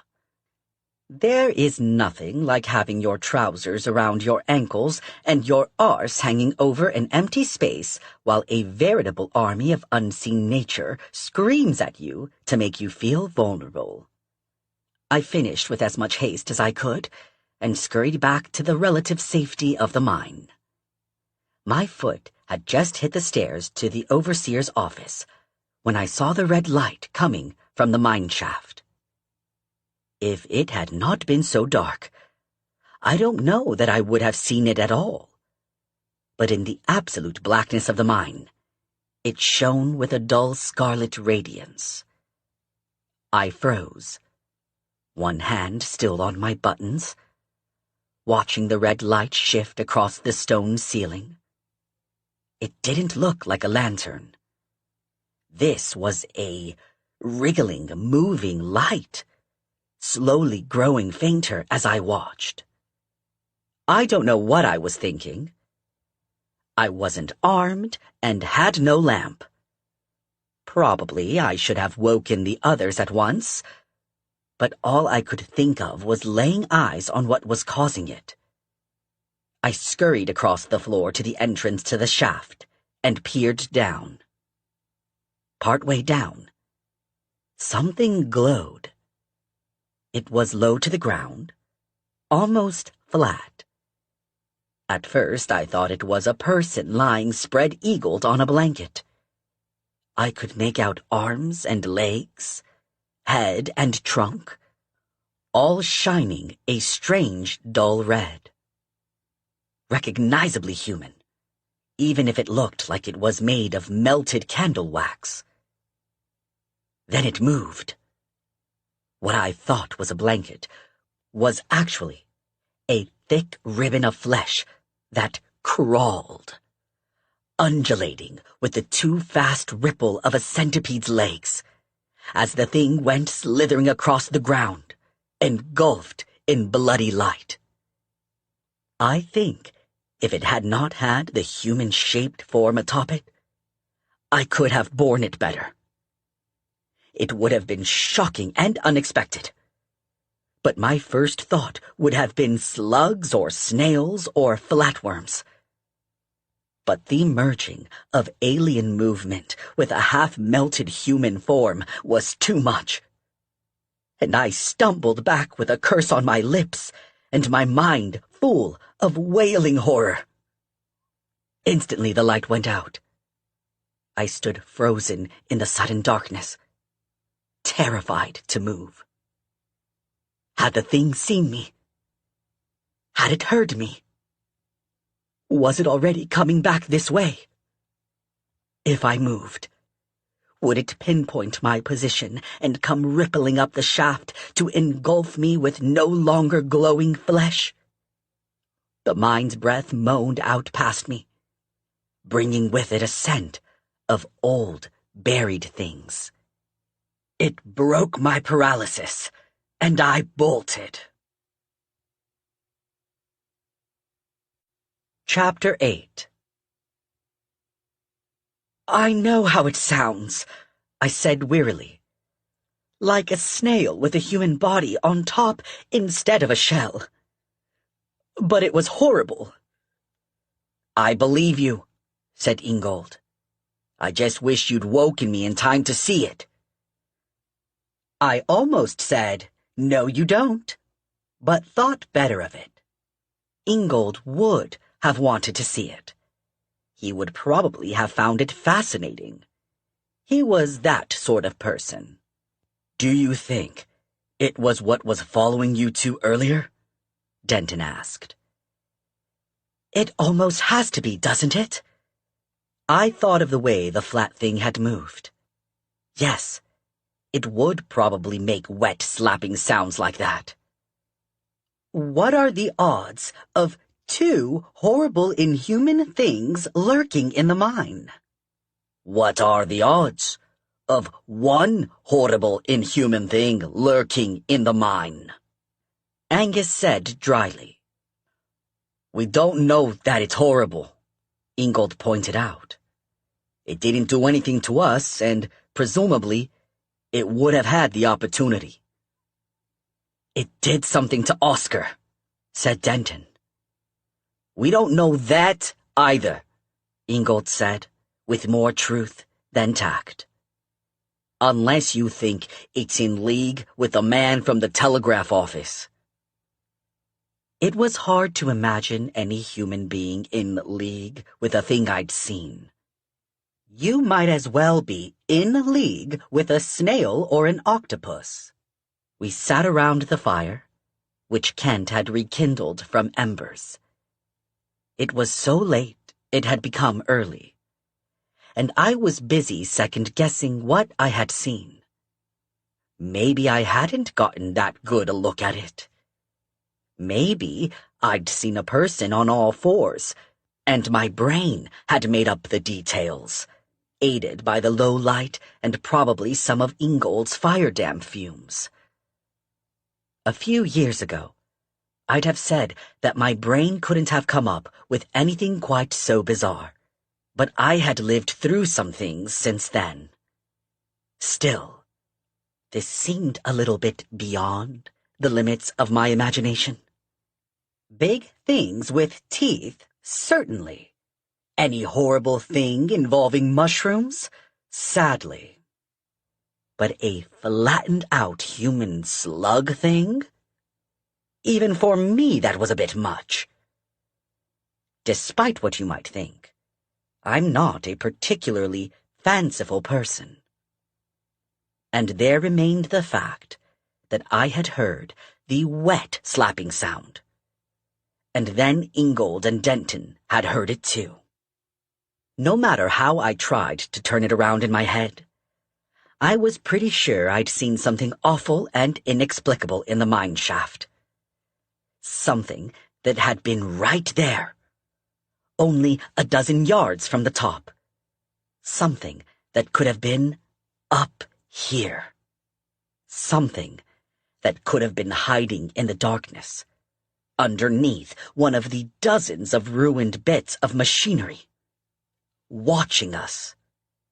You might walk by it a dozen times and never think anything of it, because that space was much too small for a human being to fit. The mine is unsafe for humans. Christ's blood! Maybe that hadn't been the wrong choice of words after all.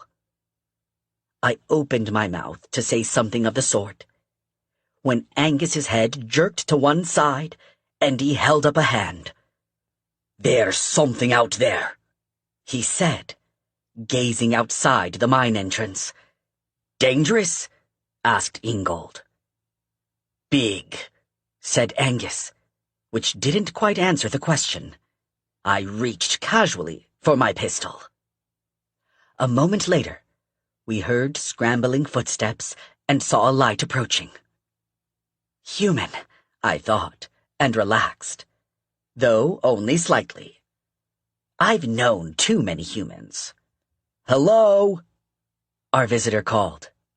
Doctor, Are you there?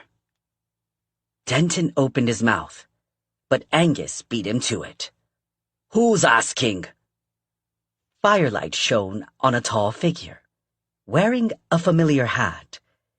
It was Stovepipe from the camp, looking both bedraggled and slightly frantic. Me, Elijah, he said. He scanned the circle of faces, settled on Denton's. Roger said you were a doctor. Will you come? There's been an attack. Louisa's hurt bad. How bad? Denton was already scrambling to his feet. Bear got her, said Elijah. Got Lee Mason first. She near tripped over them both. Tore her arm all to pieces. She needs help. Yes, of course. Just let me grab my bag. Ingold, will you come? Of course. Angus and I exchanged a single speaking look. The odds were good that Elijah was telling the truth. But if he wasn't, Ingold and Denton could be walking into a trap. And while they might be able to defend themselves, Denton was a surgeon, not a soldier. On the other hand, neither of us wanted to leave Kent alone or the campsite unguarded. I suspected that Kent could defend himself quite well with a frying pan if it came to that. But one person is a hell of a lot more vulnerable than two. I'll come with you, I told Denton. If there's a bear about, are we taking the horses? Elijah shook his head. Too dark. Faster as the crow flies, he said, gesturing to the wooded slope behind him. But we gotta hurry. I'm ready, said Denton, and the three of us followed the man and his stovepipe hat out into the night. It was indeed faster as the crow flies. We were only about 2 miles from the shanty town, but it wasn't an easy walk.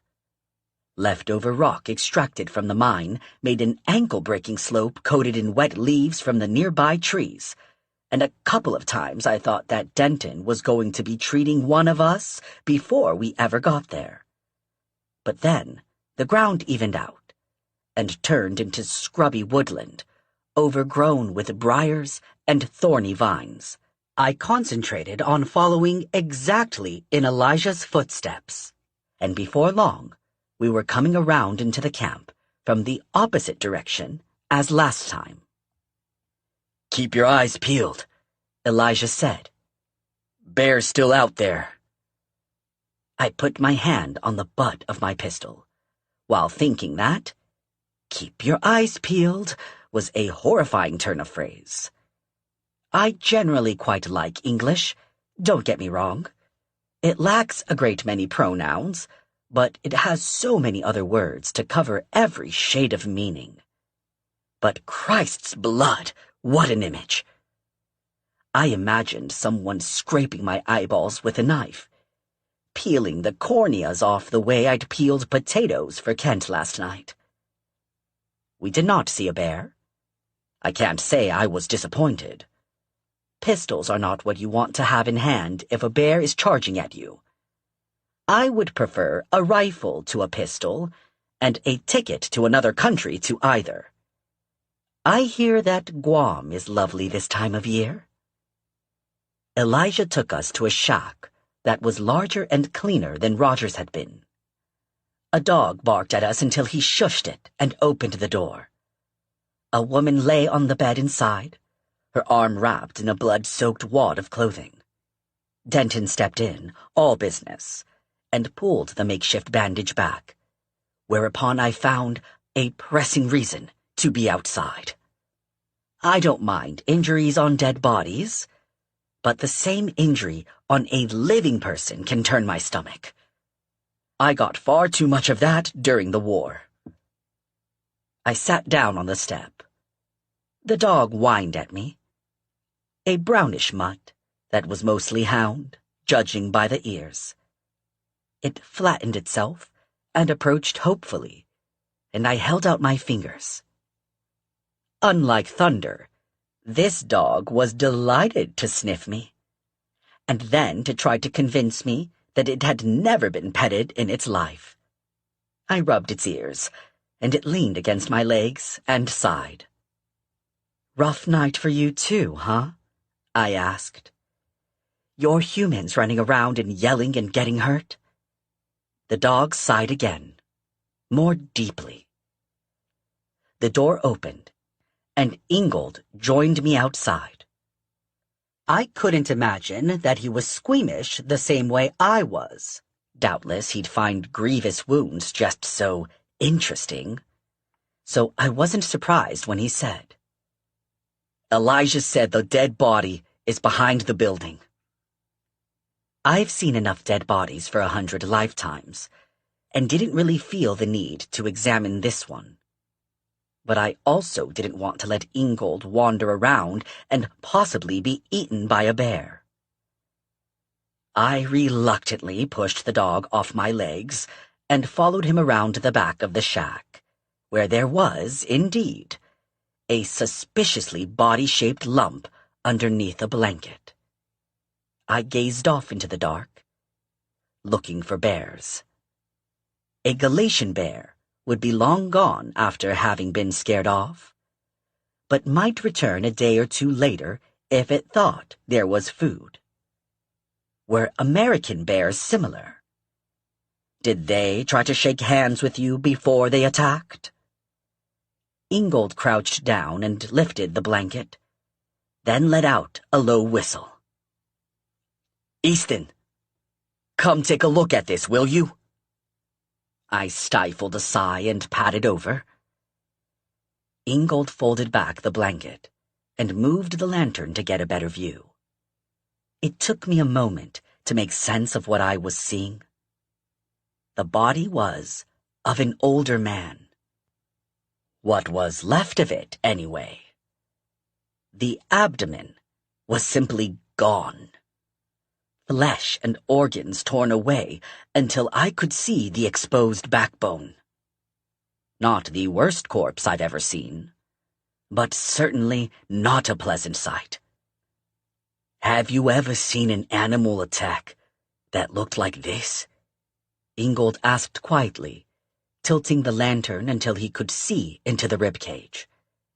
It was practically hollow inside, absent lungs or heart or anything else. "No," I said. "But I don't know anything about American bear attacks." "Well, I do," said Ingold. "And they don't look like this." "It looks almost like—" I stopped, hardly wanting to finish the thought. "It looks like somebody gutted him like a deer," I finally said. "Exactly. Most predators will go for the viscera, of course, but they don't clean their prey out like this." He sat back, frowning. "You think a person did this?" I asked, keeping my voice low so that they couldn't hear me inside the house. Ingold dropped the blanket back over the dead man's face. "I think that very few bears unbutton somebody's trousers so they can get a better shot at his guts." "Christ's blood! You think... it could be the thing from the mine." I really didn't want to think of it getting up and leaving the mine. If there was a horrible thing in the earth, it should stay in the earth, not get up and wander around the countryside. Particularly not when I had to walk 2 miles through that countryside in the dark. Ingold shrugged helplessly. The thought had occurred to me, but how could we tell? We don't have enough information. And for all I know, this poor fellow was taking a piss when the whatever it was got him. He rose to his feet. We are drowning in ignorance at the moment. and the only place with possible answers seems to be deeper in the mine. I turned away from the body. I was afraid you were going to say that. Denton emerged from the shed an hour later, bloody but quietly satisfied. It'll be touch and go with infection, but the wound itself won't kill her. Did she say it was a bear that she saw? Asked Ingold. With the amount of whiskey they poured down her, I doubt she'd remember seeing the president, said Denton. Anyway, there's nothing more that I can do for her now. I'll check back on her tomorrow. He rubbed his face, leaving a smear of blood that shone black in the lantern light.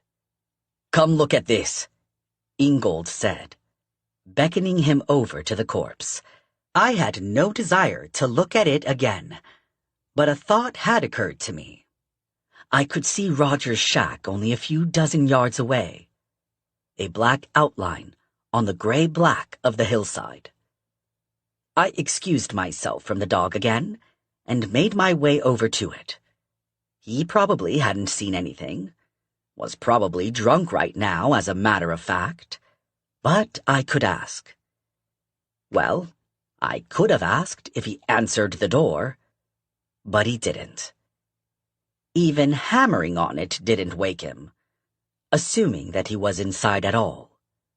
I listened, trying to make out snoring, but couldn't hear anything over the cacophony of America's nighttime wildlife. I thought about opening the door and stepping inside, but breaking into the house of a drunken man with a gun and a guard dog seemed like an excellent way to get shot. So I abandoned the thought and went to rejoin Ingold and Denton. It was only as I was slipping and slithering my way across the rubble back to the mine that it occurred to me that Roger's dog hadn't barked at me either. Chapter 9. After our adventures of the night before, I slept late. By the time I woke up, Denton was already down in the mine, clearing rubble like a man obsessed. Kent delivered this information to me, then poured the coffee with his lips pressed tightly together. Even someone as oblivious as I am could detect the signs that Kent was worried about his employer. He's working himself awfully hard, I offered, tossing the words out like bait. Too hard, said Kent savagely. It isn't healthy. And he's not as young as he used to be. He stopped there, sniffed, and said, in a slightly more controlled voice, Of course, he is a doctor, and I'm sure he knows what he's about. Oh, certainly. Though I'm told that doctors often make the worst patients. Kent exhaled through his nostrils in a sound that was just this side of a snort. Indeed, he said, and retired to the other side of our camp to wash dishes. If Kent was willing to break the code of the gentleman's gentleman enough to express concern, Denton must be acting more erratically than I realized. But then again, what did I know? I'd only seen him under dire circumstances after all. I sat on a rock outside the mine entrance, soaking up the sun. The cacophony of night creatures had been replaced by the ripple of wind through the trees. Each ripple sent leaves. It was going to be a lot cooler underground.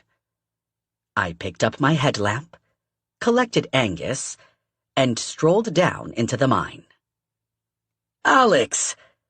Denton looked up at me with apparent delight. We've just now opened the way through. You're just in time. Excellent, I lied. Denton was the first one through the new-made gap in the rockfall. Ingold gestured at me to go next, and I scrambled through. It was a much longer crawl than I'd expected. A good dozen feet through loose rubble. My knees cursed me with every step. On the far side, Denton was practically dancing with impatience. As soon as Angus was through, he set off into the dark. The tunnel turned sharply to the left, still sloping downward, and we followed, while I listened desperately for sounds of the glowing thing I'd seen before. I heard nothing but our own footsteps. Perhaps it didn't come this way at all, I thought hopefully, and then we turned to the corner and confronted a wall. The beam of Denton's headlamp swung from side to side as he looked for a way past. I stepped back, torn between disappointment and relief that maybe we could leave this place before encountering another cave-in. But it was not to be. Denton crowed with triumph and rushed forward to a dark hole at the base of the wall. "Down here," he said. "There's a way down." I took a step forward, and my boot hit something that went clink instead of thunk. It was an empty tin can. I turned it over and saw the remains of a shredded label for stew pasted to the side. Like Oscar described in his letter, Denton said excitedly, "This must be the place he was talking about, which means that the chamber should be at the bottom of this tunnel." Ingold leaned over the tunnel and looked down.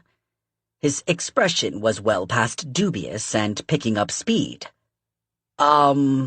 He said. Denton was already on his hands and knees, his head vanishing inside. I joined Ingold at the edge of the hole, and my stomach did not so much clench as reach up and grab my esophagus while screaming obscenities. If someone had designed my own personal hell, the entryway would probably look like that.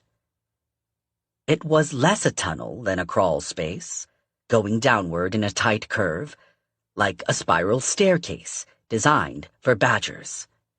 Anyone entering would have to go on their hands and knees, with no way to turn around, unless the crawl space opened up somewhere out of sight. "Denton," Ingold began. The doctor was already crawling inside. "It keeps going," he called back. "I'll just—" "Denton!" Ingold's voice cracked like a whip. Denton jerked in surprise, and his helmet knocked against the ceiling. He backed out of the crawl space and sat back on his heels. "What's wrong?" "Listen to me," said Ingold. "If you go down, you're going alone. We can't. I can't. That crawl space is a death trap." He reached out a hand, as if to catch Denton's, then pulled it back. "If you hit a pocket of gas, even if someone went with you, they couldn't pull you back out before it got to them too.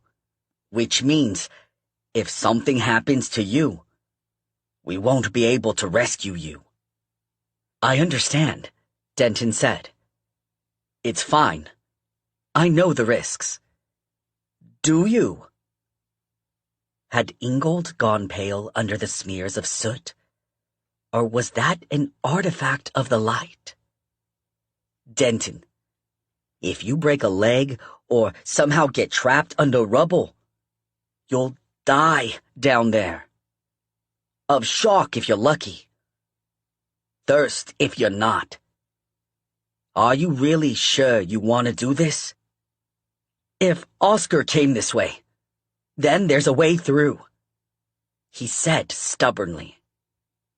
"Denton." I reached out and gripped his shoulder. Probably it was a time for tact, but that's never been a skill of mine. I settled for bald honesty. Denton, Oscar has to be dead by now. You don't have to do this. He shook his head. Yes, I do. He saved my life when I was 7. I broke through the ice on the lake behind the house and went under. He went under the ice after me, even though he could have died too. I owe it to him to try. Ingold's throat worked, and then he simply said, I don't want you to go. I know. Denton bowed his head, and I remembered that he and I had seen the dead get up and walk 2 years ago. I don't know if he was thinking that Oscar might still be down there, dead, but still moving. Maybe he had to know for sure. Fine, said Ingold wearily, when the moment had stretched out past all bearing. Do what you have to do. If you're not back in a few hours, we'll assume you're dead. Fair, said Denton, and began crawling back down into the twisting hole in the floor. I watched until the light had vanished and prayed to the God I only half believed in that I'd see the doctor again. It was a nightmarish wait. We could have just gone back up, I suppose, but leaving felt like consigning Denton to the ranks of the dead. Ingold kept pulling out his pocket watch and staring at it, then putting it back, only to pull it out again a minute later, as if he'd already forgotten what it said. Angus disassembled his pistol and began carefully cleaning each part. The mine sighed and whispered around us. I sat against the wall, heard warmer temperatures. They could alter themselves a little, adapting to cold and to changes in the saltiness of the sea, and had done so in the past. But actual freezing was fatal to them. Other wholenesses drifted south. Fragments got him! It's under control! That's both of them there? Denton asked, and when I nodded, good. Then we can deal with this once and for all. And he pulled the cap off the oil can. I am not always the quickest person on the uptake. I said, what? He means to kill them both, Ingold said. Denton, no. Think of what you're doing. I am thinking. I'm thinking we have them both here at once, and we can end all of this right now. I darted a glance over my shoulder. Fragment and what was left of Sentry were still lying in a heap of undistinguished flesh. They couldn't get away. And if Ingold or Angus grabbed for Denton, he'd spill the oil or drop the lantern and set them on fire anyway. Which meant the only person who could stop him was me. Was I really going to risk being burned alive to save an alien being more closely related to a jellyfish than a human? Apparently I was. I spread my arms and said, Denton, don't do this. This isn't right. I never thought you'd balk at doing what was necessary, Denton said coldly. You, of all people. Necessary? Yes, I said. Fragment saved my life just now. You want me to pay that back with murder? My cousin is dead. And now we know what did it, Ingold broke in. And Fragment's dealing with it. Oscar's at peace. We can be at peace too. Peace? Denton sounded incredulous. When it's down there, able to look like any of us. Just like that thing in the lake. It's nothing like the thing in the lake, I shot back. You've met Fragment. He's had years to practice, and he still couldn't pretend to be one of us for more than 5 minutes. He won't last 10 minutes outside the mine. Denton didn't look convinced. I tried another tactic. Denton, I don't know what oath they make doctors swear over here, but in Galatia, ours says, first, do no harm. The oil gurgled as his hand trembled on the oil can. Angus met my eyes over his shoulder and looked a question at me. I shook my head. I couldn't see any way to rush Denton that didn't end with somebody being burned alive. Probably me. We could end all this now, said Denton finally, his voice cracking. We could stop it and just go home. It was the cry of every soldier I'd ever served with. Just let this stop happening and let us go home. I'd like to say that I said something eloquent, that I made the argument that changed Denton's mind. But it wasn't me. It was Ingold, who put his hand on Denton's arm and said, very gently, that's all Fragment wants, to go home to his people. Let us help him, and then we'll go home to ours. You don't want that, Denton said miserably. You think this awful alien thing is wonderful.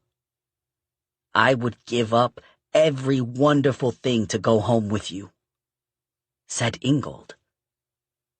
Denton let out a sob, and turned, and Ingold's arms went around him, which confirmed a few things I'd been wondering about, and Angus, sensibly, took away the oil can.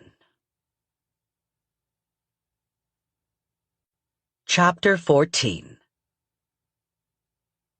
Fragment reassembled an hour or so later, which was just about enough time to finish explaining everything to Roger. I would have preferred to skip that bit, but he'd gotten past Kent and seen enough not to be put off easily.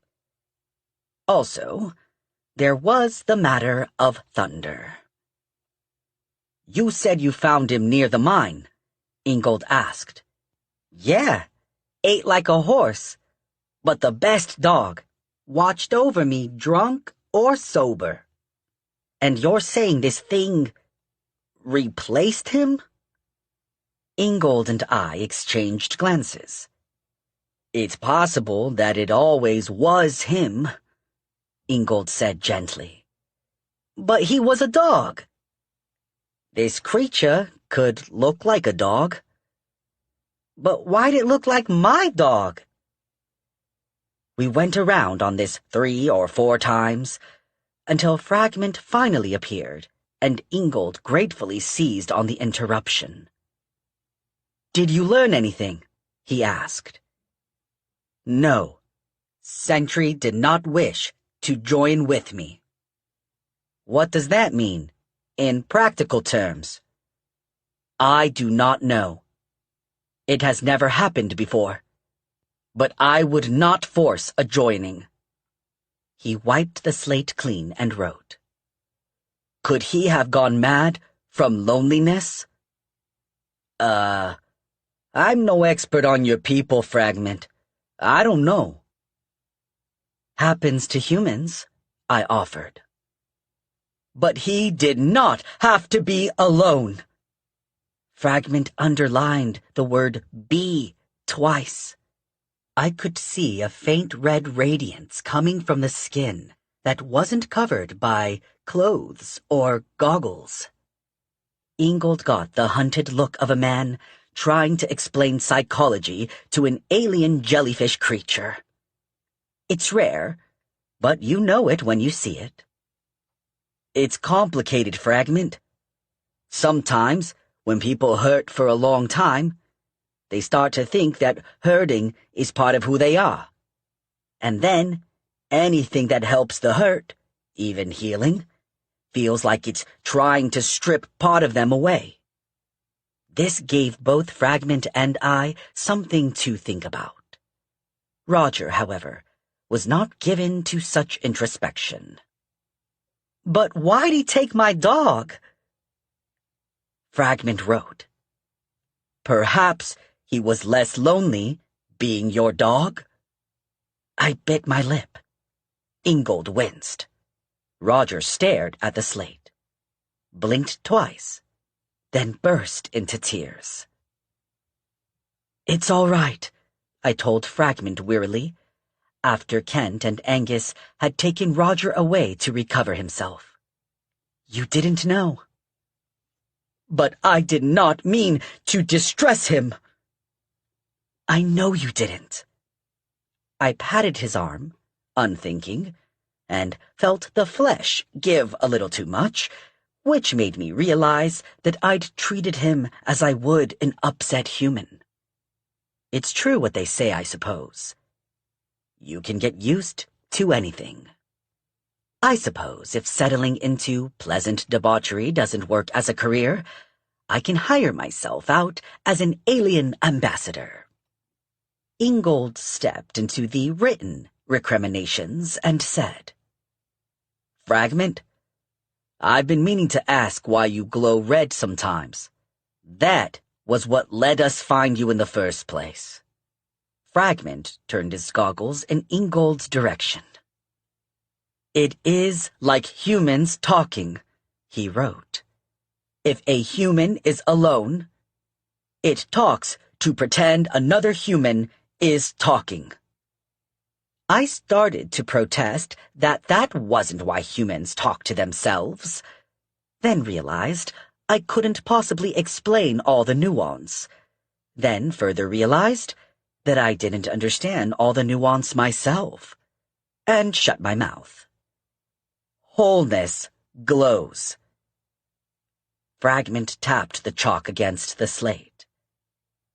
I wondered if that was an actual nervous tic, or if he was imitating something he'd seen humans do.